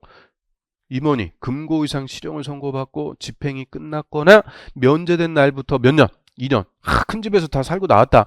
두부 깨물어 먹으면 몇 년간 결격? 2년간 결격. 두부 2년간 결격. 그래서 금고 이상 실형을 선고받으면 결격인 거예요. 자, 임원으로 선임된 자가 결격에 해당이 되면 그날부터가 아니고 다음 날부터 임원 자격을 상실. 이게 도시개발조합에서만 다음날 자격 상실. 나머지 정비사업조합, 주택조합은 임원이 결격에 해당이 되면 당연 퇴임이요. 그런데 개발조합만 다음날 자격 상실. 그래서 나머지 지문들이 어려운 게 아니라서 3번은 충분히 찾아낼 수가 있는데 그래도 이게 못 보던 게 또 정답으로 나왔으니까 난이도 상으로 책정을 했습니다. 그다음 58번 볼게요. 자, 도시개발구역 지정 후에 지정권자가 개발사업의 시행방식을 변경할 수 있는 경우를 모두 고른 것은 시행방식을 변경할 수 있는 사유 경우를 모두 골라라. 그리고 시행자는 국가래요. 국가는 누구예요? 공공 시행자가 되죠. 국가는 저체 당연히 공공. 그러면 시행방식을 변경할 수 있는 경우는 일단 시행방식 변경할 수 있다? 없다? 있다. 시행방식 절대적인 거 아니라고 그랬어요. 그래서 집가 상승 등 개발 여건의 변화가 있으면 얼마든지 시행방식 바꿀 수가 있는데 자, 시행방식 변경할 수 있는 경우는 딱 3가지 경우만 있다고 그랬죠. 먼저 공공시행자일 때. 자, 공공시행자가 처음에 수용 방식으로 하려고 그랬는데 보상금 확보가 안 되는 거예요. 보상금이 없으니까 보상금이 필요 없는 전부 환지 방식으로 바꾸는 거 허용해 주겠다. 또 일부는 수용, 일부는 환지, 혼용 방식으로 하려고 그랬는데 역시 보상금 확보가 안 되니까 전부 환지 방식으로 바꾸는 거 허용. 그래서 이 전부 환지 방식으로 바꾸는 것은 누구만? 공공시행자에게만 인정한다라고 했고요. 그 다음에 공공이든 민간이든 시행자, 그러니까 시행자니까 공공시행자든 민간시행자든 다 돼요. 그런데 누구만 빠진다 그랬어요? 조합만 제외. 조합은 전부 환지 방식일 때만 시행자. 그러니까 조합인 시행자일 때는 절대 시행 방법 변경 자체가 없는 거예요. 그래서 조합을 제외한 공공이든 민간이든 수용 방식으로 하려고 그랬는데 보상금 확보가 안 되니까 일부는 수용, 일부는 환지, 혼용 방식으로 바꾸는 것은 허용을 해줍니다. 그래서 딱 이 시행 방식의 변경은 이렇게 세 가지 경우만. 그래서 기억, 수용 방식에서 전부 환지 방식으로 변경. 자, 그냥 맞다 그러면 안 돼요. 누구니까? 국가, 공공이니까 전부 환지 방식으로 바꿀 수가 있는 거예요. 또 혼용 방식에서 전부 환지 방식으로 변경. 맞아요. 그래서 공공이니까 수용에서 전부 환지, 혼용에서 전부 환지. 그 다음에 수용 방식에서 혼용 방식으로 바꾼다. 자, 수용 방식에서 혼용 방식으로 바꾸는 거는 있을까 없을까? 수용 방식에서 혼용 방식으로 바꾸는 것은 이거는 조합을 제외한 시행자, 공공이든 민간이든 다 인정해 준다 그랬죠. 그래서 뭐 국가든 뭐가 됐든 조합만 아니면 수용해서 혼용 방식으로 바꾸는 것은 다 허용을 해줍니다. 그래서 맞는데 그러면 이제 리을이요. 리을. 전부 환지 방식에서 혼용 방식으로 바꾼대요. 우리 혼용 방식은 일부는 수용, 일부는 환지, 혼합해서 하는 게 혼용 방식. 그러면 제가 요 강의하면서 항상 강조했던 게 다 방식 바꾸는 것은 언제만 인정한다 그랬어요? 수용이나 혼용을 하려고 그랬는데 돈이 없으니까 돈이 필요 없는 전부 환지나 혼용으로 바꾼다 그랬죠? 어떤 경우에도 수용 방식으로 바꾸는 거 있다? 없다? 없다. 그래서 수용 방식으로 바꾸는 거는 안 된다. 그런데 또 하나 더 들어가고 혼용으로 또 딱 바꿔놓으니까 이거를 또 못 찾고 그러면 안 되죠. 그래서 혼용 방식은 일부는 수용, 일부는 환지니까 어떤 경우에도 수용 방식으로 바꾸는 거 없다. 그것 딱 떠올리신 분들은 당연히 틀렸구나. 찾아낼 수가 있죠. 기역, 니은, 디귿. 그래서 4번이 정답이 됩니다. 그 다음 59번 보겠습니다. 자, 59번. 정비법, 이제 정비법으로 하셨고요. 자, 토지 등 소유자에 해당하지 않는 자는 자, 이 정비사업의 이해관계인. 그래서 특히 우리 재개발하고 재건축은 조합원이다라고 했죠. 그래서 주거환경 개선, 재개발, 주거환경 개선 사업 재개발에서는 다 된다 그랬어요. 정비구역의 토지 소유자, 건물 소유자, 지상권자, 토지만 소유하고 있든 건물만 소유하고 있든 토지와 건물을 다 갖고 있든 또는 지상권을 갖고 있든 다 된다. 그래서 이 토지 등 소유자 개념이 다른 거는 무슨 사업만? 재건축. 그래서 항상 토지 등 소유자 물어보면 재건축 물어볼 수밖에 없다 그랬죠. 자, 재건축. 그러면 재건축에서는 토지 등 소유자가 누구예요? 얘는 건물만 다시 쓰는 거니까 뭐를 소유하고 있어야 된다. 건물. 근데 건물만 꼴랑 소유하는 게 아니고 뭐까지? 부속 토지. 건물 및 부속 토지 소유자. 여기서 또는 아니라고 그랬어요. 건물 및 부속 토지 소유자. 이게 쉽게 얘기해서 누구라고 그랬어요? 아파트 소유자. 우리 아파트 몇 동 몇 호 건물 지분. 그래서 건물과 부속 토지 소유자로서 동의한 사람이 조합원이다. 1년 내내 연습한 거죠. 그래서 5번 그냥 정답. 재건축인데 정비구역의 건물의 부속 토지의 지상권자. 이 재건축에서는 토지만 소유하고 있든 건물만 소유하고 있든 지상권 갖고 있든 다 안 된다. 건물 및 부속 토지 소유자만 토지 등 소유자, 조합원이 됩니다. 그래서 오늘 문제 중에서 역시 가장 쉬운 문제 중에 하나입니다. 가장 쉬운 거. 이거 절대적으로 이렇게 어려운 회에서는 반드시 맞춰야 되는 문제가 되죠. 그 다음 60번 볼게요. 60번. 자, 60번. 정비법에서 임대주택과 주택 규모별 건설 비율에 관한 규정의 일부인데 가로에 들어갈 숫자로 옳은 것은 자, 이제 정비계획 수립할 때 국민주택 규모라든지 임대주택 일정 비율 이상 건설하도록 하는데요. 역시 우리 뭐 듣도 보도 못한 거예요. 그래서 난이도 3입니다. 이런 거 다 하려고 그러면 끝도 없다. 그래서 여태까지 안 나왔던 거 난이도 3 어려운 문제입니다. 어려운 문제. 그래서 여기서부터 이제 어려운 문제들이 그냥 속출하게 될 거예요. 자, 이번 건자는 주택 수급의 안정, 즉 주거 안정, 그리고 저소득 주민의 입주기회 확대를 위해서 정비 사업으로 건설하는 주택의 다음 구분에 따른 범위에서 국토부 장관이 고시하는 임대주택, 그 주택 규모별 건설 비율 등을 정비 계획에 반영을 해줘라. 그래서 요 국민주택 규모, 전용 면적 85 이하, 국민주택 규모의 주택이 전체 90% 이하에서 대통령령이 정하는 범위. 그 다음에 공공임대주택, 그리고 민간 임대주택, 얘들 합쳐갖고 임대주택이라고 그러죠. 임대주택이 전체 세대수나 전체 연면적의 30% 이하에서 대통령령이 정하는 비율입니다. 그래서 국민주택 규모는 90%까지, 임대주택은 최대 30%까지 뒤돌아 가는 건데요. 자, 이런 거는 또 우리가 뭐 여태까지 시험에 나왔던 것도 아니고 자, 어려운 거예요. 이 어려운 문제다. 4번이 정답이 됩니다. 90, 30.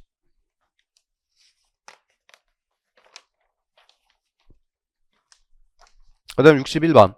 자, 올해는 이제 정비법에서 우리가 맞출 수 있는 문제들이 그래 반은 나왔어요. 자, 61번에 정비사업 시행 방법에 관해서 허용되지 않는 것은, 그러면 정비사업의 시행 방법, 우리 주거환경 개선사업 달동네. 그래서 얘가 모든 방법 다 동원해서 한다 그랬으니까 달동네, 자, 수, 환, 관. 자율주택 정비, 수용, 환지, 관리처분. 재개발은 환지, 관리처분. 재건축은 관리처분. 그래서 반씩 그냥 줄여가면 된다 그랬죠. 자수, 환관. 재개발은 환관, 재건축은 관이다. 그래서 자, 틀린 거니까 5번 한번 볼까요? 5번. 자, 재건축. 자, 재건축 사업. 국토법에 따른 일반 주거지역인 정비구역에서 인가받은 관리처분 계획에 따라 건축법에 따른 오피스텔을 건설 공급하는 방법. 자, 우리 재건축은 관리처분 하나밖에 없어요. 관리처분 계획에 따라서 주택과 부대 복리설 및 뭐까지? 오피스텔을 건설 공급하는 관리처분 방법 하나밖에는 없다. 그래서 오피스텔까지 명문으로 나오는 것은 무슨 사업만? 재건축. 그래서 요게 몇 년 전에는 물어봤는데 이제 하나 더 들어와서, 자, 요 오피스텔은 용도 지역이 무슨 지역일 때만? 준주거하고 상업지역에서. 준주거하고 상업지역. 상가를 지을 수 있는, 상업소를 지을 수 있는 준주거하고 상업지역에서 전체 연면적의 몇 프로? 30% 이하로만 건설할 수 있다. 이거 물어본 거죠. 그래서 일반 주거지역은 안 돼요. 오피스텔은 준주거하고 상업지역에서 전체 연면적 30% 이하로만 건설. 이것도 우리 맨날 연습한 거니까 뭐 5번 충분히 찾아낼 수 있는 거죠. 이것도 쉬운 문제요. 이런 거 반드시 맞추셨어야 돼요. 그다음 62번 볼게요. 62번. 자, 조합 설립 등에 관해서 옳은 것은, 자, 62번 문제는 역시 난이도 상, 어려운 문제입니다. 어려운 문제. 자, 1번은 보면, 자, 재개발조합이 조합 설립 인가받은 날부터 3년 내 사업 시행 계획 인가 신청 안 하면 시장군수 등이 직접 정비 사업을 시행할 수 있다. 1번 정답입니다. 자, 그래서 자, 시장군수 등이 직접 정비 사업을 시행할 수가 있다. 그래서 시장원수 등이 재개발, 재건축을 직접 시행할 수가 있다. 이걸 무슨 사유라고 그래요? 공공시행 사유라고 하는 거죠. 공공시행 사유. 그래서 원칙적으로 우리 재개발하고 재건축은 조합이나, 재개발은 토지 등 소유자가 할 수도 있죠. 조합이나 토지 등 소유자가 하는 건데, 이런 재개발, 재건축도 총 8가지 사유가 있을 때, 8가지 사유가 있을 때는 시장운수 등 토지주택공사 등 공공이 시행할 수가 있습니다. 그 8개 사유. 이거 막 숫자들 막 나오고 그러니까 우리 안 외워도 되는 거 3개만 딱 정리한다고 그랬죠. 천재지변 등으로 긴급할 때, 또 순환정비 방식, 또 도시군계획사업과 병행할 때. 그런데 얘가 이 8개 사유 중에서 3번이에요. 3번. 이것도 우리가 안 본 건 아니에요. 다 동영무사나 여기서 보긴 봤어요. 우리 앞에만 봤어요. 그래서 재개발 사업에서 추진위원회가 3년 내 조합설립 인가 신청을 안 할 때, 추진위원회가 3년 내 조합 설립 인가 신청을 안 할 때, 이때는 공공이 재개발할 수가 있다. 그거는 우리 동영무사에서 봤죠. 그래서 이게 정비구역의 의무적 해제에서는 추진위원회가 나오면 2년, 안 나오면은 3년. 그런데 공공시행사회에서는 추진위원회가 3년 내 조합 설립 인가 신청 안 하면 공공이 그냥 시행할 수가 있다. 3년 구분하시라고 그랬는데 그 뒤에요. 그래서 추진위원회가 3년 내 조합 설립 인가 신청을 안 할 때, 또 조합이 설립 인가 받고 3년 내 사업 시행 계획 인가 신청을 안 할 때. 그래서 뒤에를 꼭 물어봤어요. 뒤에를, 앞에 빼도 뒤에를. 그래서 이때는 그냥 공공이 재개발, 재건축 할 수가 있습니다. 1번 정답. 그래서 난이도 상. 그 다음 2번. 재개발 추진위원회가 조합 설립하려면 재개발 토지 등 소유자 3분의 2가 아니죠. 4분의 3. 그리고 토지 면적 2분의 1. 그래서 재개발 4, 3, 2, 1. 그럼 매년 나옵니다. 재개발 조합은 4, 3, 2, 1. 동의 각각 받아갖고 인가 신청. 그 다음에 토지 등 소유자가 30명 미만이 아니고 20명 미만. 20명 미만일 때는 토지 등 소유자는 조합을 설립하지 않고 무슨 사업? 재개발 사업을 할 수가 있죠. 그 다음에 4번 조합은 재개발 조합 설립 인가 받은 때에도 토지 등 소유자에게 그 내용을 통지하지 않는다. 그냥 지문을 위한 지문. 아니 조합 설립 인가 받은 내용을 당연히 조합은 토지 등 소유자에게 알려줘야죠. 또 5번에 추진위원회는 조합 설립 인가 후 지체 없이 추정 분담금. 분담금은 조합원이 낼 돈이요. 얼마 정도 돈 내야 됩니다. 분담금에 관한 정보를 토지 등 소유자, 이 조합원에게 제공해야 된다 했는데, 자, 추진위원회는 조합 설립 인가 후 지체 없이가 아니고 조합 설립의 동의를 받기 전에, 조합 설립의 동의를 받기 전에 자, 돈 요 정도 내야 됩니다. 부담금 얼마씩 내셔야 됩니다. 이런 거 미리 다 알려주는 거죠. 설립 인가 후에 추정 분담금에 관한 정보를 제공하는 게 아니고 조합 설립 인가를 받기 전에, 즉 조합 설립에 관한 동의를 받기 전에 이런 분담금 등의 정보를 제공을 해주도록 합니다. 그래서 동의를 받기 전에 정보를 제공해라. 그러니까 이런 거는 참 듣도 보도 못한 것들, 또 문제를 위한 문제, 질문들 나온 거죠. 63번 볼게요. 사업시행계획의 통합심의에 관해서 옳은 것은, 우리 사업시행계획이라는 것은 공사계획이라고 그랬죠. 또 정비법에서는 공사계획을 실시계획이 아니고 사업시행계획. 그래서 사업시행계획, 공사계획이니까 우리 재개발이나 이런 거 공사한다. 무슨 공사? 정비기반시설 설치하고 건물도 건축하고 또 철거해서 공사하는 기간 동안 살 수 있는 대책, 이주 대책도 세워주고, 이런 시행자가 공사에 관해서 작성하는 것을 사업시행계획. 그래서 시행자, 정비사업의 시행자는 사업시행계획 작성해서 시장원수 등에게 인가받는 거예요. 그런데 이 사업시행계획 인가 전에 심의를 거치는데, 그냥 개별적으로 심의하면은 심의하는 데만 그냥 1년, 2년 또 엄청난 기간이 소요되니까 한 방에 심의에 거치는 것을 통합심의라고 그래. 신속하게 정비사업 하기 위해서 심의할 사람들 그냥 한 방에 모아가지고 통합적으로 심의할 수가 있고요. 그러면 경관, 이 경관이라는 것은 다 의미가 경치라고 그랬죠. 개발하는데 좀 멋지게 개발시켜보자, 이런 거를 다 경관에 관한 사항이라고 그래요. 경관에 관한 사항, 이런 건 당연히 통합심의 대상입니다. 그리고 시장원수 등은 특별한 사유가 없으면 통합심의 결과를 반영해서 사업시행계획 인가를 해야 된다. 아니 통합심의를 했으면 통합심의 결과를 반영해서 사업시행계획 인가해라. 뭐 흠잡을 데가 있어요, 없어요? 없어요. 그냥 2번 정답. 그래서 역시 통합심의라는 것도 우리가 절대 공부하는 내용 아니죠. 그러니까 난이도 상인데 읽어보니까 흠잡을 데가 없더라. 이런 게 리갈 마인드예요. 그래서 통합심의 결과를 반영해서 사업시행계획 인가해라. 당연한 거죠. 그 다음에 3번 통합심의를 거친 경우 해당 사항에 대한 조정이나 제정을 거친 걸로 보지 않는 게 아니고, 아니 통합심의를 거쳤으니까 해당 사항에 대한 조정이나 제정은 다 한 걸로 봅니다. 또 통합시위원회 위원장은 위원 중에서 호선한다, 이런 게 아니고 뭐 듣도 보도 못했는데요.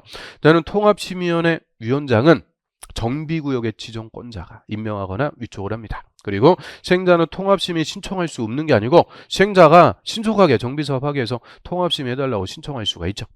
자, 그래서 2번이 정답. 자, 어려운 문제입니다. 그 다음 64번 볼게요. 자, 사업시행자가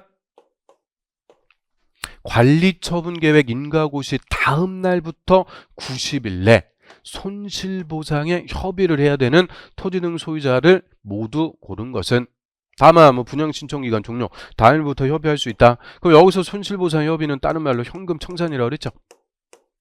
그래서 현금 청산해주기 위해서 협의, 이거 한마디로 분양 안 받는 자는 분양 안 해주는 대신 종전 토지나 건물 등에 관해서 돈으로 계산, 손실보상 해줘야 돼요. 현금 청산. 이 현금 청산의 협의 며칠 내? 90일. 그런데 인가고시 다음 날부터 90일. 그래서 올해 간평사에서는 요 다음 날 빼먹고 물어봤다. 그리고 우리 관리처분 계획을 작성하기 위해서 분양 신청부터 받는데, 요 분양 신청 관련해서 숫자들 그냥 쏟아져 나오니까 매년 나온다고 그랬어요. 매년. 그래서 3, 6, 9, 12 이렇게 369, 369 이렇게 정리한다고 그랬죠. 분양 신청 기간 30일 이상 60일 이내. 9자가 뭐야? 분양 안 받는 자하고 손실보상의 협의 90일.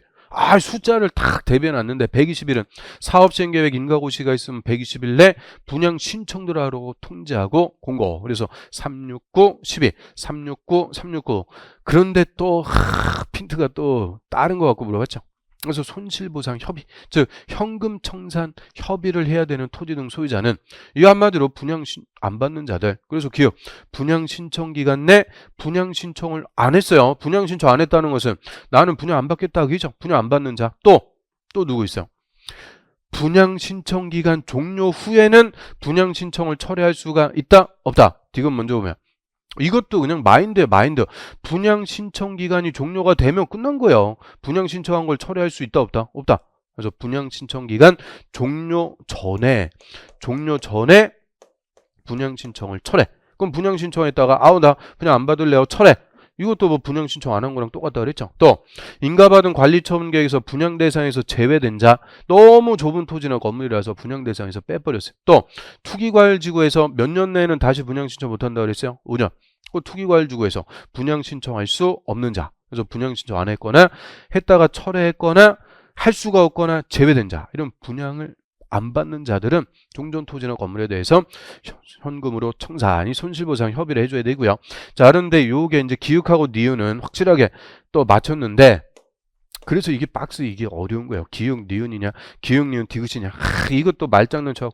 종료 후에 처리한 게 아니고 종료 전에. 그래서 기역 니은 디귿 이거 5번 찍었고 틀린 분들 또 꽤 있을 거예요. 그래서 이 정답은 2번입니다. 하여튼 치사한 문제죠. 치사한 문제.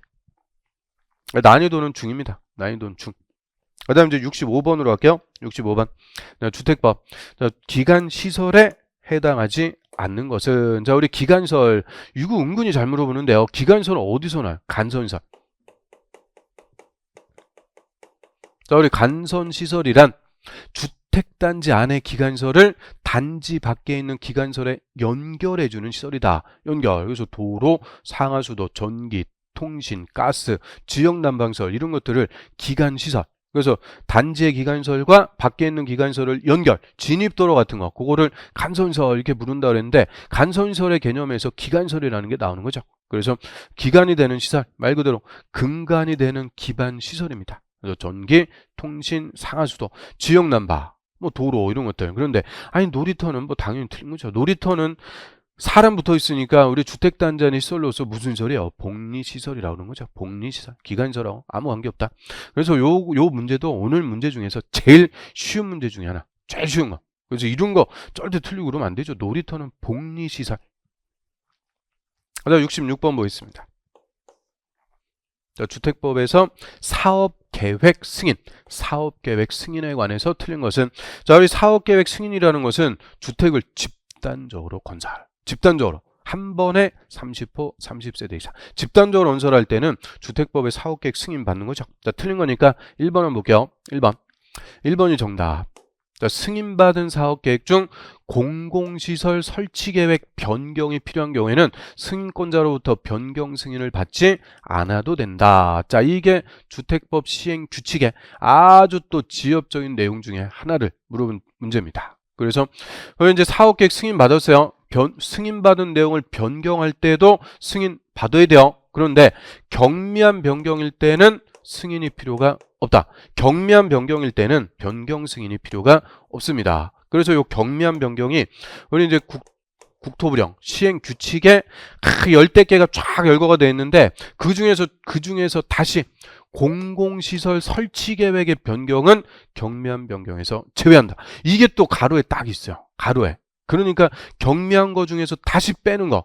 그래서 공공시설 설치 계획의 변경이 필요할 때는 이거는 경미한 변경이 아니기 때문에 원칙대로 변경 승인을 받아야 됩니다. 이게 그냥 예외, 다시 예외, 그 예외까지 물어본 거 엄청 어려운 거. 이것도 법조문이나 대통령령도 아니고 시행 규칙에 갖고 그냥 예외, 다시 예외를 물어본 거니까 쉬운 문제는 아닙니다. 정답 지문이 엄청 어려운 지문이에요. 그런데 나머지 지문들 한번 볼까요? 사업계획에는 부대시설, 복리시설 설치에 관한 게 포함돼야 된다. 이런 것들 우리 봤죠? 주택단지는 주택, 아파트뿐만 아니라 부대시설, 복리시설 함께 건설하는 일단의 토지니까 부대, 복리시설이 포함되고, 이것도 아주 중요하다고 그랬죠? 전체 세대수가 600세대 이상일 때는 공사관 나눠서 분할해서 주택을 건설, 공급, 분할 시행할 수 있다. 그래서 109, 209 각각 공구별 세대수 300세대 이상, 공구 간의 경계는 6m 이상. 이게 핵심. 600세대. 그 다음에 자, 주택건설 사업계획 승인 받으려면 원칙은 대지의 소유권 확보해야 돼요. 남의 땅에다 아파트 지을 수 있다 없다? 없다. 그런데 토지주택공사 공공은 대지 소유권 확보 안 해도 사업계획 승인 받을 수 있다. 왜요? 공공사업 주체는 뭐가 있으니까? 수용권이 있으니까 미리 대지 소유권 확보하지 않아도 된다. 이런 것들은 뭐 쉬운 지문들. 그래서 1번 아니면 5번이요. 5번. 사업 주체는 입주자 모집 공고를 한 후 사업 계획의 변경 승인을 받았을 때는 14일 내 문서로 입주 예정자에게 그 내용을 통보를 해줘라. 이거를 우리가 듣도도 못했잖아요. 그래서 이 사업 계획 승인 받고 착공과 동시에 바로 입주자 모집할 수 있다 그랬죠. 그럼 입주자 모집 공고하고 사업 계획의 변경 승인을 받았다. 즉 사업 계획에 변경이 발생했으니까 그 입주 예정자에게 당연히 알려줘야 된다. 근데 또 숫자도 나오고 했으니까 야 이거냐 이거냐 둘 중에서 또 찍을 수밖에 없는 건데요. 그래서 저 1번이 정답. 그래서 이 문제도 난이도는 상입니다. 1번 아니면 5번 둘 중에서. 자 67번. 그 다음에 수직 중축형 리모델링 허용 요건에 관한 규정의 일부인데 가로에 들어갈 숫자로 옳은 것은 수직 중축형 리모델링. 자 우리 리모델링이란 건물의 노후와 억제 기능 향상을 위해서 뭐 한다고 그랬어요? 대선 또는 중축하는 행위다. 대선은 10년만 지나면 되고 중축으로 할 때는 15년이 지나야 되고 중축하는 면적은 전용 면적의 30% 이내. 그 다음에 기존 세대수는 몇 프로? 15%까지 늘릴 수 있다 그랬죠? 세대수 증가형. 위로 올라가는 수직 중축을 할 때는 최대 몇 개층? 3개층. 그것도 15층 이상일 때 3개층. 14층이 하면 2개층까지. 그거 물어본 거죠. 그래서 수직 중축하는데 기존 건물의 층수가 15층 이상일 때는 3개층, 14층 이하일 때는 2개층까지만 허용해준다. 그래서 특히 중축으로 리모델링 할 때는 숫자 15라고 그랬어요. 15 아니면 3이라고 그랬죠. 15 아니면 3.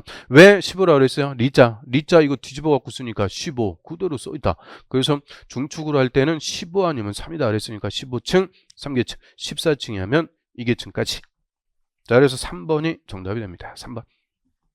자, 이 문제는 우리가 이 리모델링의 요건은 뭐 1년 내내 한 거니까 반드시 맞춰야 되는 문제요. 난이도 하짜리. 어려운 문제 아닙니다. 쉬운 문제. 그 다음 68번 볼게요. 자, 주택 건설에 관해서 옳은 것은 자 1번 하나의 건물에는 단지형 연립, 단지형 다세대 주택과 소형 주택을 함께 건축할 수 없다. 1번 정답. 그래서 이 도시형 생활주택끼리도 함께 건축할 수가 없는 거예요. 우리 도시형 생활주택은 감립, 분양가 상한제 이런 거 적용 안 하는 특례를 준다. 그래서 하나의 건물에는 도시형 생활주택과 일반 주택 함께 건축할 수 없다. 그리고 도시형 생활주택끼리도 단지형 연립, 단지형 다세대하고 소형 주택도 함께 건축할 수 없다. 도시형 생활주택끼리도 함께 못 짓는 거예요. 왜요? 왜 단지형 연립, 단지형 다세대의 의의가 뭐예요? 소형 주택이 아닌 연립주택. 소형주택이 아닌 다세대 주택. 그래서 이 소형주택 얘가 독특한 걸 했죠. 전용 면적 얼마야? 60이야. 그래서 단지형 연립, 단지형 다세대는 일반적인 국민주택 규모니까 이런 소형주택하고 요건이 다르다. 요건이 다르니까 함께 건축할 수 있다? 없다? 없다.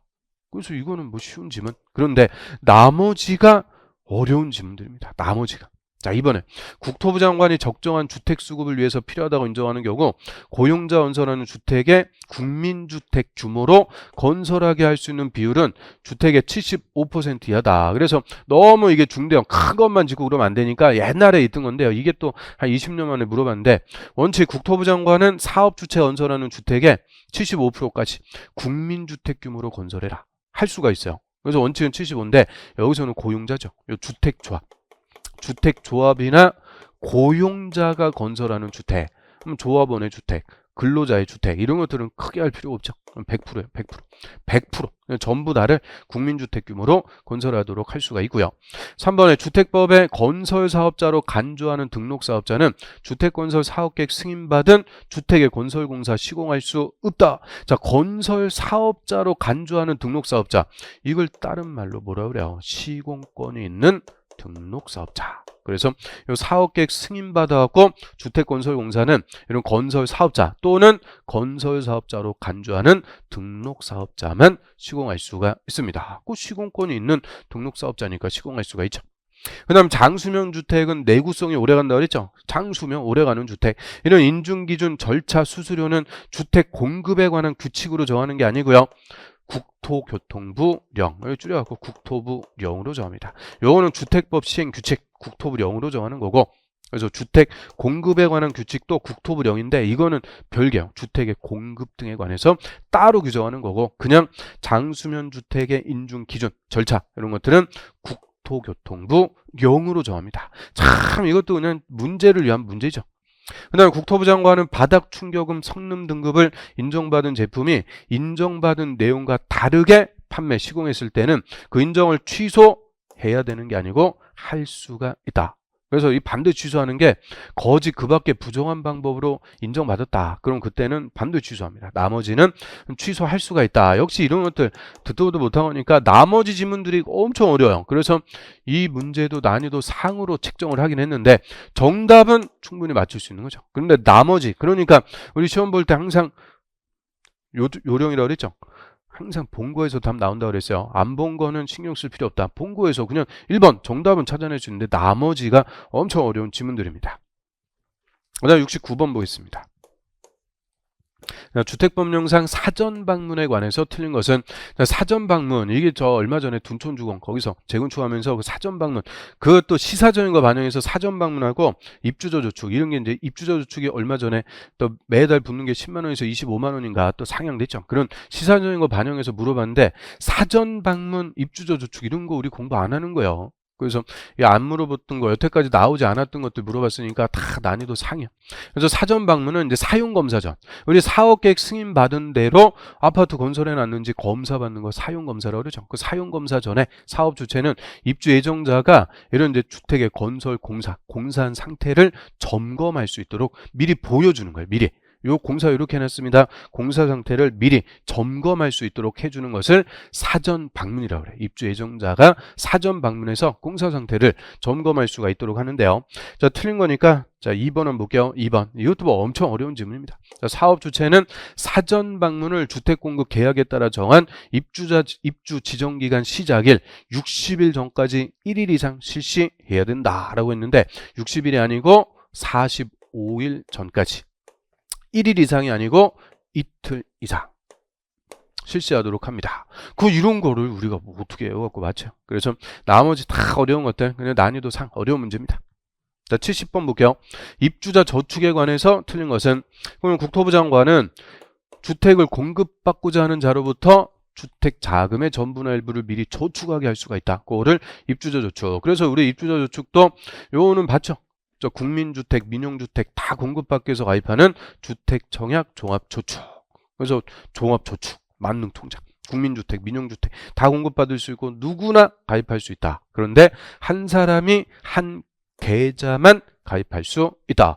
요 정도 우리가 공부했던 거예요. 간단하게. 그리고 입주자 저축에 가입해서 일정 기간, 일정 금액 꾸준히 일정 횟수 납부하면은 공급 순위가 부여돼서 1순위, 2순위 순위에 따라서 입주자 선정해서 주택을 공급받는다라고 했죠.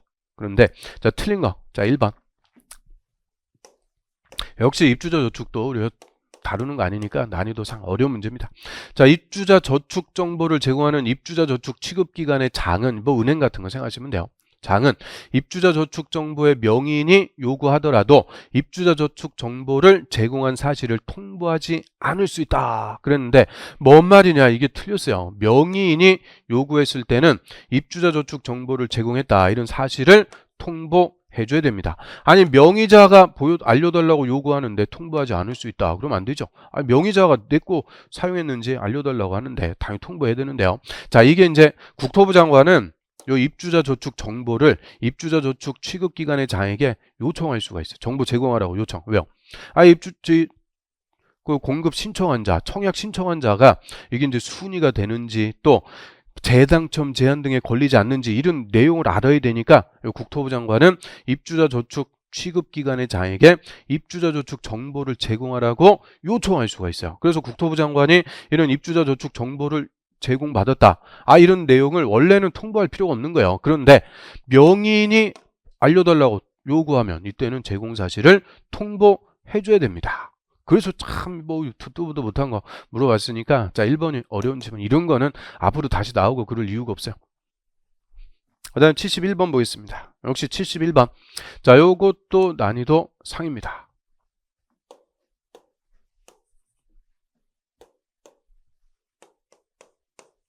저 주택법에서 이 주택 공급에 관한 규칙으로 정하는 사항을 모두 고른 것은 이게 주택법 시행 규칙의 내용입니다. 주택법 시행 규칙에서 주택 공급에 관한 규칙 별도로 국토부령을 만들어 갖고 거기서 정하도록 하는 사항들이 있어요. 주택의 공급, 누가 입주자가 될 수 있고, 뭐 입주자 모집 조건, 절차, 방법, 입주금의 납부 방법, 시기 이런 것들 주택 공급과 관련해서 주택 공급 규칙으로 다 정할 수가 있고요. 그리고 견본주택, 모델하우스 건축 기준, 또 입주자 자격의 제한, 그래서 재당첨 제한이라고 그러죠. 또 입주자 저축에 관한 거예요. 입주자 저축, 청약 통장, 그 1순위, 2순위 이런 순위라든지 청약 점수라든지 이런 것들 주택 공급에 관한 규칙으로 다 따로 빼갖고 정할 수가 있는데, 자, 분양가의 산정 방법, 얘는 해당 사항이 없어요. 그래서 공동주택 분양가의 산정 방법은 공동주택 분양가격 산정 등에 관한 규칙, 또 별도의 시행 규칙이 있어요. 그래서 아니 이런 거를 우리가 뭐 어떻게 알겠어요. 그래서 기억, 디귿, 리을 이거 뭐 정답 내기 위해서 그냥 법조문 찾아보는데도 어디 있는지, 아니 교수들도 찾기가 어려운 그런 내용을 수강생이 어떻게 맞히라고, 수험생이. 그래서 왜냐면 문제를 위한 문제입니다. 이런 거 앞으로 나올 이유가 없어요. 그래서 기억, 디귿, 리을 3번 정답이 됩니다. 그 다음 이제 건축법으로 가볼게요. 건축법. 자, 건물 대수선에 해당하지 않는 것은 중축, 개축, 재축에 해당하지 않는. 대선은 뭐 한다고 그랬어요? 건물의 주요 구조나 외부 형태를 수선, 변경, 증설, 해체하는 것인데, 자, 우리 대선 맨날 연습한 거죠. 자, 보. 그러면 기둥하고 보하고 대들보, 지붕틀. 기둥이나 보나 지붕틀. 자, 증설, 해체할 때. 증설하고 해체할 때는 몇 개 이상? 개수에 상관없이 대손이다. 그런데 수선하고 변경할 때는 각각 몇 개 이상? 3개 이상. 3개 이상 수선하고 변경할 때 대손이다. 아주 1년 내내 연습한 거죠. 증설 해체할 때는 개수에 상관없이 대손. 수선하고 변경할 때는 몇 개 이상? 각각 3개 이상. 그래서 1번 보를 2개 변경한대요. 보를 수선하거나 변경할 때는 몇 개 이상? 3개 이상. 2개 변경하는 것은 대선이 아니다. 그럼 2번은 기둥을 3개 수선한데, 수선하는 거니까 기둥 몇 개? 3개 이상. 내력벽. 내력벽을 증설 해체할 때는 면적 관계없이. 수선 변경할 때는 얼마 이상? 30제곱미터 이상. 나머지 것들은 증설 해체, 수선 변경 차이가 없으니까 뭐가 대선이야? 계단, 주계단, 피난계단, 특별 피난계단, 계단. 또 다가구, 다세대 주택의 경계벽을 증설 해체, 수선 변경. 이 대선 개념, 이거는 우리 건축법 문제 중에서도 난이도 하짜리 반드시 맞춰야 되는 문제입니다. 그래서 건축법이 조금 그래도 주택법보다 건축법이 7개 중에서 한 4개는 맞추게끔, 그 상짜리는 어쩔 수 없다 그랬죠. 그래서 올해는 건축법에서 한 4문제 정도 맞췄어야 돼요. 또 이것도 우리 맨날 연습한 문제 똑같이 또 나왔어요. 조경. 그럼 대지에 조경 등의 조치를 하지 않을 수 있는 건물이 아닌 것은, 그러니까 조경해야 되는 거 찾아라. 꼭 이중부정 써갖고. 그럼 우리 조경 200제곱미터 이상 대지에 건물 건축할 때는 조경해야 된다. 의무요. 근데 조경 안 해도 되는 거. 자, 먼저 녹지지역이라든지 또 관리, 농림, 자연환경 보전지역, 녹관농자, 얘들 자연 조경돼 있으니까 인적으로 또 조경할 필요가 없다. 그래서 항상 논점은 공장이다라고 했습니다. 공장 반드시 외우시라고 그랬죠. 공장은 대지 면적이 얼마 미만? 5천 미만, 4천, 5천 미만. 연면적 얼마 미만? 1,500 미만. 그래서 공장 2개 다 적혀줬어요. 5천 미만, 1,500 미만. 그러면 정답으로 나올 게 물류시설, 창고. 그러니까 이 공장하고 창고, 이게 항상 조경에서는 항상 논점이라고 그랬죠. 그러면 연면적 1,500 미만인 창고예요. 물류시설. 그 1,500제곱미터니까 얘는 미만이 아니죠. 그러니까 바로 적용해야 돼요. 그리고 연면적 1,500 미만인 물류시설을 다시 무슨 지역? 주거지역이나 상업지역에 건축할 때는 적용해야 된다. 그러니까 얘는 뭐 여기도 틀렸고 여기도 다 적용해야죠. 그래서 5번 정답입니다. 그래서 물류시설은 연면적 1,500 미만짜리가 적용은 면제요. 그런데 1,500 미만이라도 다시 주거지역, 상업지역에 건축할 때는 적용해야 된다. 그러니까 결론 주거지역이나 상업지역에 건축할 때는 물류시설 적용해야 됩니다. 역시 이것도 뭐 맨날 나오는 문제니까 난이도 하 반드시 맞춰야 되는 문제죠. 그 다음 74번 보겠습니다. 74번에 공개 공지에 관해서 옳은 것은 일반에게 공개적으로 제공해주는 공터나 휴식터. 그래서 공개 공지. 자, 옳은 거니까 1번 노산업단지 정비가 필요하다고 인정해서 지정 공고된 지역은 공개공지 설치할 수 없다가 아니고 대상입니다. 이게 그래서 또 쉬운 지문은 아닌데요. 우리 공개공지 설치하는 대상 지역 1준위하고 상준위, 일반 주거, 준주거, 상업지역, 준공업지역 맨날 이것만 했죠. 1준위하고 상준위는 몇 촌이라고 그랬어요? 5촌, 5촌. 그래서 1준위, 상준위. 그런데 그 밑에 보면 시군구청장이 도시화의 가능성이 크거나 노산업단지의 정비가 필요하다고 인정하는 지역. 그래서 이게 또 끄트머리 지역적인 것도 공개공지 설치 대상 맞습니다. 그 다음에 2번 공개공지는 POT 구조, 기둥구조로 할 수 없다가 아니고 있다. 뭐 잘 나오는 질문이죠. 그 다음에 공개공지 설치할 때는 모든 사람들이 환경 친화적으로 편리하게 이용할 수 있게끔 긴 의자, 벤치 또는 조경설 이런 조례가 정하는 시설을 설치해야 된다. 아, 그럼 일반인에게 공개적으로 제공해주기 위해서 공터나 휴식터니까 긴 의자, 벤치라든지 조경 같은 거 해라. 아, 뭐 흠잡을 데가 없네요. 3번 정답.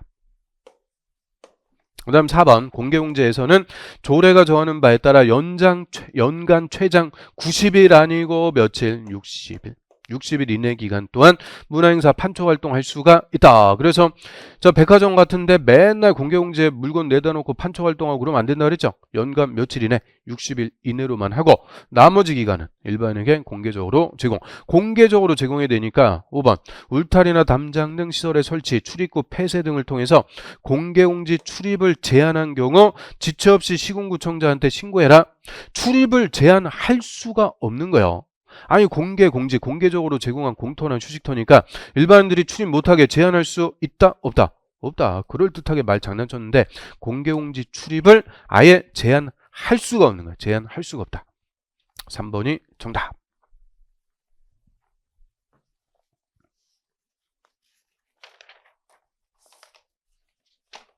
그 다음 75번 보겠습니다. 자, 업물 안전영향평가에 관해서 옳은 것은 자, 그래서 안전영향평가 또 2년 만에 또 물어봤는데요. 자, 이거 큰 거라 그랬죠? 초고층 건물 50층 이상 초고층 건물 또 우리 안전영향평가 몇 층 이상이고 16층 이상이고 연면적도 10만 제곱미터 이상. 자, 이런 주요 건물에 허가를 하기 전에 이 건물의 건축이 주변 대지 안전에 미치는 영향 또는 구조 안전에 미치는 영향을 미리 평가하는 거예요. 이런 큰 건물 들어오게 되면 인접 대지에 엄청난 영향을 줄 거 아니에요. 그래서 구조 안전이나 인접 대지에 미치는 영향을 사전에 평가하는 거, 그거를 안전 영향 평가. 그래서 건축허가 이후에 지체 없이 안전 영향 평가하는 게 아니고 건축허 하기 전에 허가권자가 직권으로 허가하기 전에 안전영향평가부터 실시합니다. 그 다음 안전영향평가 기간은 안전영향평가를 의뢰받은 날부터 30일 내 안전영향평가 결과를 허가권자에게 제출하고 이 기간은 연장할 수 없다. 이거 읽어보면은 이거 우리가 뭐 애울 수 없는 지문인데요. 연장할 수 없다. 틀린 거 맞죠? 부득이한 사유가 있으면 연장할 수 있어요. 20일 연장할 수 있다. 그래서 부득이한 사정이 있으면 20일의 범위에서 연장할 수 있습니다. 한 차례 연장할 수 있고요. 3번에 건물 안전영향평가 결과는 도시계획위원회 심의 거쳐갖고 확정한다. 야, 이것도 또 말장난 쳐갖고 물어봤는데요. 지금 우리 무슨 법이에요? 건축법. 그럼 건축법에서는 심의위원회가 건축위원회, 건물 건축에 관한 위원회는 건축위원회, 국토법에서는 도시계획위원회, 건축법에서는 건축위원회, 주택법에서는 주거정책심의위원회. 그래서 건축위원회 심의 거쳐갖고 확정합니다. 야, 이런 거는 까딱하면 이거 잘 안 보이죠? 참 치사한 거예요. 건축법은 건축위원회 심의. 또 4번 허가권자는 안전영향평가에 대한 심의 결과 및 안전영향평가 내용을 일간신문에 게재하는 방법으로 공개한다라고 했는데 일간신문에 게재하는 게 아니고 자, 허가권자가 지자체장이니까 지자체 공보에 게재해서 안전영향평가에 대한 심의 결과 그 내용 공보에 게재해서 공고하도록 하고요. 그다음 5번 안전영향평가를 실시해야 되는 건물이 다른 법에 따라 구조안전, 인접대지 안전에 미치는 영향 등을 평가받았다. 자, 다른 법에 따라서 평가를 받았대요. 이때는 그 해당 항목은 평가를 받은 걸로 본다. 아, 똑같은 것도 할 필요가 없으니까 다른 법에 따라서 뭐 구조안전이나 인접대지 안전에 미치는 영향을 평가받았으면은 그 평가받은 내용만큼은 다시 평가할 필요가 없다. 쓸데없이 돈 낭비할 이유가 없죠. 그래서 5번 정답. 역시 이것도 5번까지 쭉 내려와서 읽어보면 뭐 흠잡을 데는 없는데요. 그런데 위에 뭐 한 번 듣도 보도 못한 것 같고 물어봤으니까 그래서 이 문제도 어려운 문제입니다. 난이도 상. 쉬운 문제는 아니에요. 그 다음 76번 볼게요. 76번. 자, 원축어가 제한에 관해서 옳은 것은 자, 허가 못 내주게 제한할 수가 있는데요. 자, 1번에 도지사는 지역계획에 특히 필요하다고 인정하더라도 허가받은 건물 착공 제한할 수 없다. 자, 있죠. 그래서 먼저 국토부 장관은 제일 높으니까 모든 허가권자, 국토관리를 위해서 필요하거나 주무부 장관이 요청하면 모든 허가권자의 허가를 제한할 수 있고 이미 허가를 내줬으면 착공을 못하게 또 제한할 수도 있죠. 또 특별시장, 광역시장, 도지사는 지역계획, 도시군 계획에 필요할 때는 자유보다 밑에 시, 군, 구청장의 건축허가를 제한할 수도 있고 이미 허가 내줬으면 착공을 못하게 제한할 수가 있습니다. 또 2번 시군구청장이 건축허가 제한하려는 경우 주민 의견 듣고 도시계획위원회가 아니고 건축위원회 심의. 역시 건축위원회 심의 거쳐야 돼요. 자꾸 장난치는데 이거는 본질이 틀렸어요. 시군구청장은 허가 제한할 수가 없습니다. 그래서 여기서도 틀렸고 여기서도 틀렸어요. 다 틀렸다. 그래서 건축허가 제한은 국토부 장관은 모든 허가권자, 특광도지사는 시군구청장의 허가를 제한할 수 있고요. 제일 밑에 시군구청장은 허가 제한할 수 없습니다. 그 다음 3번 허가 제한할 때 제한기간 2년 이내로 하되 1회 1년 연장. 그래서 2년에 1년 연장 최장 3년까지 허가 제한할 수 있다. 맨날 건축허가 제한은 이거 갖고 물어보는 거니까 이게 뭐 동형무사라든지 백선 그냥 무수히 우리가 반복한 거죠. 3번 정답. 역시 쉬운 문제입니다. 그 다음에 4번 건축허가를 제한한 경우 국토부 장관은 제한 목적 기간 등을 상세하게 정해서 지체 없이 공고한다. 아니 국토부 장관이 저 지방까지 가갖고 직접 공고하고 이런 거 있다 없다?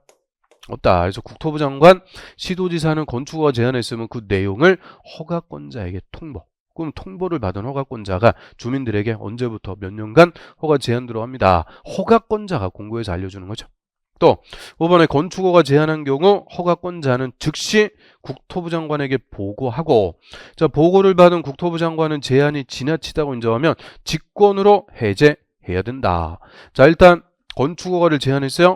허가권자가 국토부 장관에게 보고해라. 틀렸죠. 그래서 특별시장, 광역시장, 도지사가 시군구청장의 허가를 제한했을 때는 특별시장, 광역시장, 도지사가 즉시 국토부 장관에게 보고합니다. 지체 없이 보고. 보고를 받은 국토부 장관은 제한이 지나치다고 인정할 때는 직권으로 해제한다가 아니고 해제를 뭐 할 수 있다? 명할 수가 있다. 해제 명령이라고 그랬죠. 해제 명령. 직권으로 해제하는 게 아니고 해제를 명할 수가 있게 됩니다. 그래서 건축허가 제한은 뭐 거의 2년에 한 번씩 그냥 꼬박꼬박 나오는 논점. 그 다음 77번. 자, 건축법령상 건물의 마감 재료 등에 관한 규정의 일부인데 가로에 들어갈 내용으로 옳은 것은 자 이것도 뭐 우리 듣도 보도 못한 거예요. 난이도 상 그냥 건축법에 법조문 하나 띡 갖고 와갖고는 가로 비워갖고 가로에 들어갈 거 찾아라. 그냥 뭐 쉬운 문제가 아니죠. 그런데 차분하게 한번 보면 돼요. 제목이 뭐예요? 건물 마감 재료에 관한 규정의 일부라 그랬죠. 그래서 대통령령이 정하는 용도 및 규모의 건물의 벽이나 반자는 천정, 지붕 등 내부에 뭐에 관한 거냐? 마감 재료는 마감 재료에 관한 규정이라고 그랬으니까 마감 재료는 그럼 마감 재료가 두 개인데 방화에 지장이 없는 거냐 내진에 지장이 없는 거냐 아니 내부의 마감재인데 내부 마감재가 막 지진 내진이라는 것은 지진을 견디는 거죠. 내진과 관계없이 화재가 났을 때 화재를 막는 거죠. 방화에 지장이 없는 재료로 하되 실내 공기질 관리법에 따른 실내 공기질 유지 기준 및 권고 기준을 고려하고 뭐 장관하고 협의하고 국토부령이 정하는 기준에 따른 것이어야 된다. 그래서 실내 공기질 이거는 뭐 다 같으니까 4번이 정답. 그래서 그냥 문제를 그냥 만든 거예요. 문제를 위한 문제 아무 의미 없어요. 그냥 다음에 우리 시험에 다시 나올 이유도 없는 거고요. 그 다음 78번 건축허가 대상 건물로서 내진 능력을 공개되는 건물에 해당하지 않는 것은 자 내진 능력을 공개 이게 작년엔 또 뭘로 물어봤어요? 구조안전 확인서의 제출 대상. 이 구조안전 확인서를 제출하는 대상하고 내진 능력을 공개하는 대상하고 공개하는 건물하고 똑같아요. 그래서 구조안전 확인서 제출 대상하고 같은 거다. 그래서 작년에는 이걸로 물어봤고 올해는 또 요거 갖고 물어봤는데요. 그래서 이거 제가 모의고사에서도 똑같이 물어봤어요. 내진 능력 공개되는 거. 그럼 우리 구조안전 확인서 제출 대상 요 두 개는 따로 좀 외우라고 그랬어요. 두 개. 그럼 충수는 충수 두 글자니까 몇 층? 2층. 근데 연면적은 연면적 300 아니고 200. 이거 따로 외우시라고 그랬죠. 연면적 200 이상. 그 다음에 높이 따로 외우시라고 그랬어요. 높이 13m 이상. 그 다음에 구처 10기. 구처 10기. 이렇게 외우라고 그랬죠. 구처 10기. 이게 좀 욕하는 것 같이 들려. 구처 10기 해갖고 구처 10기. 그래서 처마 높이는 9m 이상. 기둥과 기둥 사이 거리는 얼마? 10m 이상. 그래서 높이 13m. 이게 좀 어려운 거죠. 요거 따로 외워야 된다고 그랬어요. 처마 높이 9처.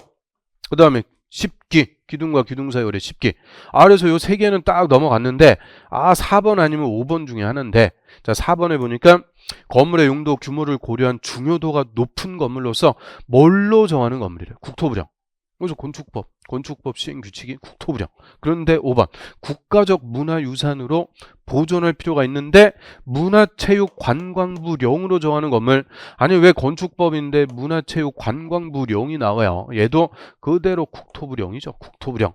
또 건축법 시행령, 건축법 시행규칙을 건축법 시행령을 대통령령, 건축법 시행규칙을 국토부령. 그래서 국토부령으로 정하는 건물. 이거 바꿔갖고 물어봤다. 그러니까 문제를 위한 그냥 문제밖에 안 되는 거죠. 자, 5번이 정답. 그래서 이 문제는 요거는 조금 맞출 수 있어야 되는데 그래도 또 이것도 참 지엽적인 것 같고 바꿔줬으니까 난이도 상으로 책정을 했습니다. 그 다음에 79번 볼게요. 79번. 올해는 그냥 농지법 그냥 두 문제가 다 어려워갖고요.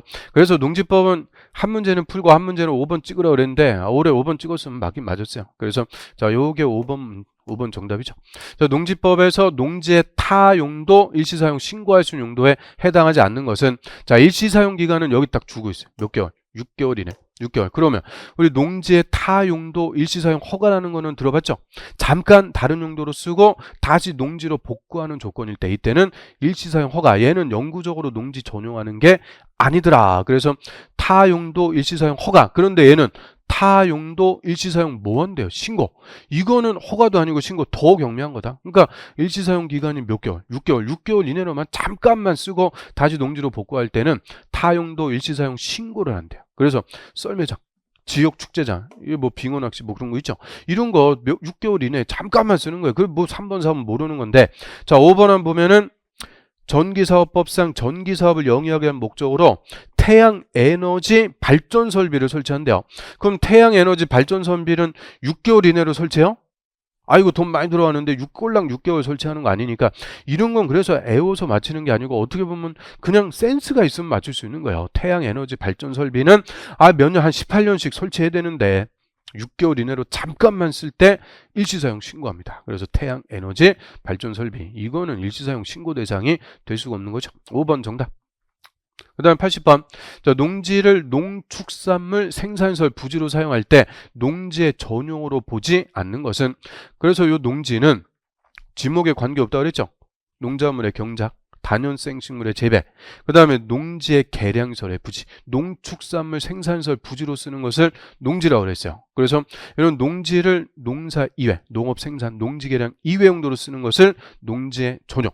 그래서 이 농축산물 생산설이 일정 규모 이하일 때 이때 농축산물 생산설 부지로 봐서 농지라고 그래요. 그래서 이 농축산물 생산설이 규모가 너무 커.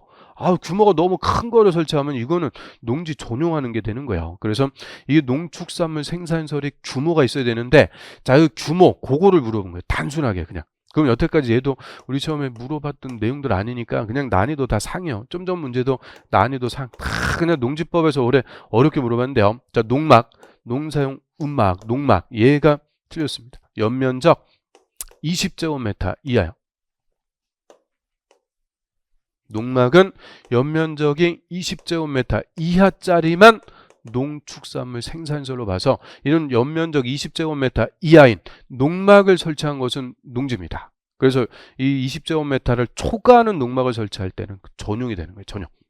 그 다음에 간이 저온 저장고. 자, 얘는 연면적 33제곱미터 이하, 10평 이하짜리. 그러면 이건 농축산물 생산설로 봐줘요. 또 간이 액비 조정주. 야, 우리가 이거는 애웠네요. 간이 액비 조정주. 이 쉽게 얘기해서 뭐라 그랬어요? 똥통. 그래서 욕할 때 이 간이 액비 저장조 같은 놈 이렇게 욕한다 그랬는데, 자, 요거는 저장 용량이 얼마 이하냐? 200톤 이하면 요거는 농축산물 생산설로 봅니다. 그래서 얘들은 다 맞는데 요거 그럼 연면적 20제곱미터 이하인 농막을 설치하는 것은 농축산물 생산설의 부지로 봐서 농지인데, 20제곱미터 초과해 버렸죠. 이거는 이제 농지가 아닌 거예요. 농지의 전용이 됩니다. 그래서 농지의 전용으로 보지 않는 거 찾아라 그랬으니까 니은하고 디귿 4번이 정답이 됩니다. 뭔 말인지도 모르는데 엄청 어려워요. 이것도 농지법 저 시행 규칙까지 가야 찾아낼 수 있는 아주 지엽적인 거. 그래서 아주 어려운 문제입니다. 4번이 정답이 됩니다. 그래서 자, 여기까지 하고 자, 올해 35회 부동산 공법 시험의 해설 강의 마치도록 하고요. 아무튼 이 어려운 시험 합격하신 분들은 너무 진심으로 진짜 축하드립니다. 이 대단한 걸 해내셨습니다. 진심으로 축하드리고요. 그리고 화양연화라는 말 들어보셨죠? 화양연화. 그래서 꽃처럼 아름다운 시작. 그래서 내 인생에서 가장 아름답고 행복한 순간이다. 뭐 이렇게 얘기하는데, 왜 보통 이제 사랑할 때 요 화양연화 이런 말을 씁니다. 사랑했던 날 뭐 그런 거 있죠. 그런데 우리 이제 지난 1년간 길게는 1년, 짧게는 한 6개월 이상 공부하셨잖아요. 그 기간 동안은 얼마나 힘들고 어려웠어요. 그런데 자격증 받는 순간 그 공부했던 그 기간들이 다 나중에는 다 화양연화의 시작, 즉 아름답고 행복했던 순간이 되지 않을까, 그렇게 될 수 있게끔. 하여튼 너무 합격하신 분들 축하드리고요. 그 합격은 또 다른 시작입니다. 또 준비하셔야 돼요. 그만큼 많이 성장하셨는데 또 나가갖고 이제 중개업 하는 거하고는 또 다르니까 또 그만큼 또 준비하셔야 돼요. 아무튼 너무 축하드리고요. 자, 그리고 올해 시험에 안타깝지만 떨어진 분들, 자, 올해는 미치지 못했어요. 올해는 미치지 못했는데, 자, 그렇다고 낙담하시고 오를 필요 없어요. 나만 떨어진 거 아니죠. 우리 시험의 합격률이 작년도 그렇고 20% 내외입니다. 20% 내외. 그러니까 10명 중에 2명 붙는 시험이요. 나머지 다 떨어진 거예요. 나만 떨어진 거 아니에요. 그래서 올해는 내가 안타깝게 합격에는 미치지 못했어요. 그런데 내년에 이제 충분히 재충전해서 내년에 다시 준비하셔갖고 내년에 합격하면 됩니다. 그래서 내년에 합격하면 되니까 너무 낙담하지 마시고 힘내십시오. 자, 그리고 내년에도 같이 공부하시는 거예요. 이게 또 바꾸고 막 그러면은 적응하고 그러는데 힘들어요. 쉽지 않아요. 그냥 하던 대로 같이 우리 해커스하고 같이 공부해서 내년도에 합격하시면 돼요. 뭐 1년 먼저 합격하냐, 후에 합격하냐, 아무 차이 없어요. 그래서 안타깝지만 떨어지신 분들은 힘내시고, 자, 우리 합격하신 분들은 진심으로 축하드립니다. 자, 이상으로 35회 부동산 공법 해설 강의 마치도록 하겠습니다. 저는 이제 36회 때 여러분들 또 새로 찾아뵙도록 하겠습니다. 자, 수고하셨습니다.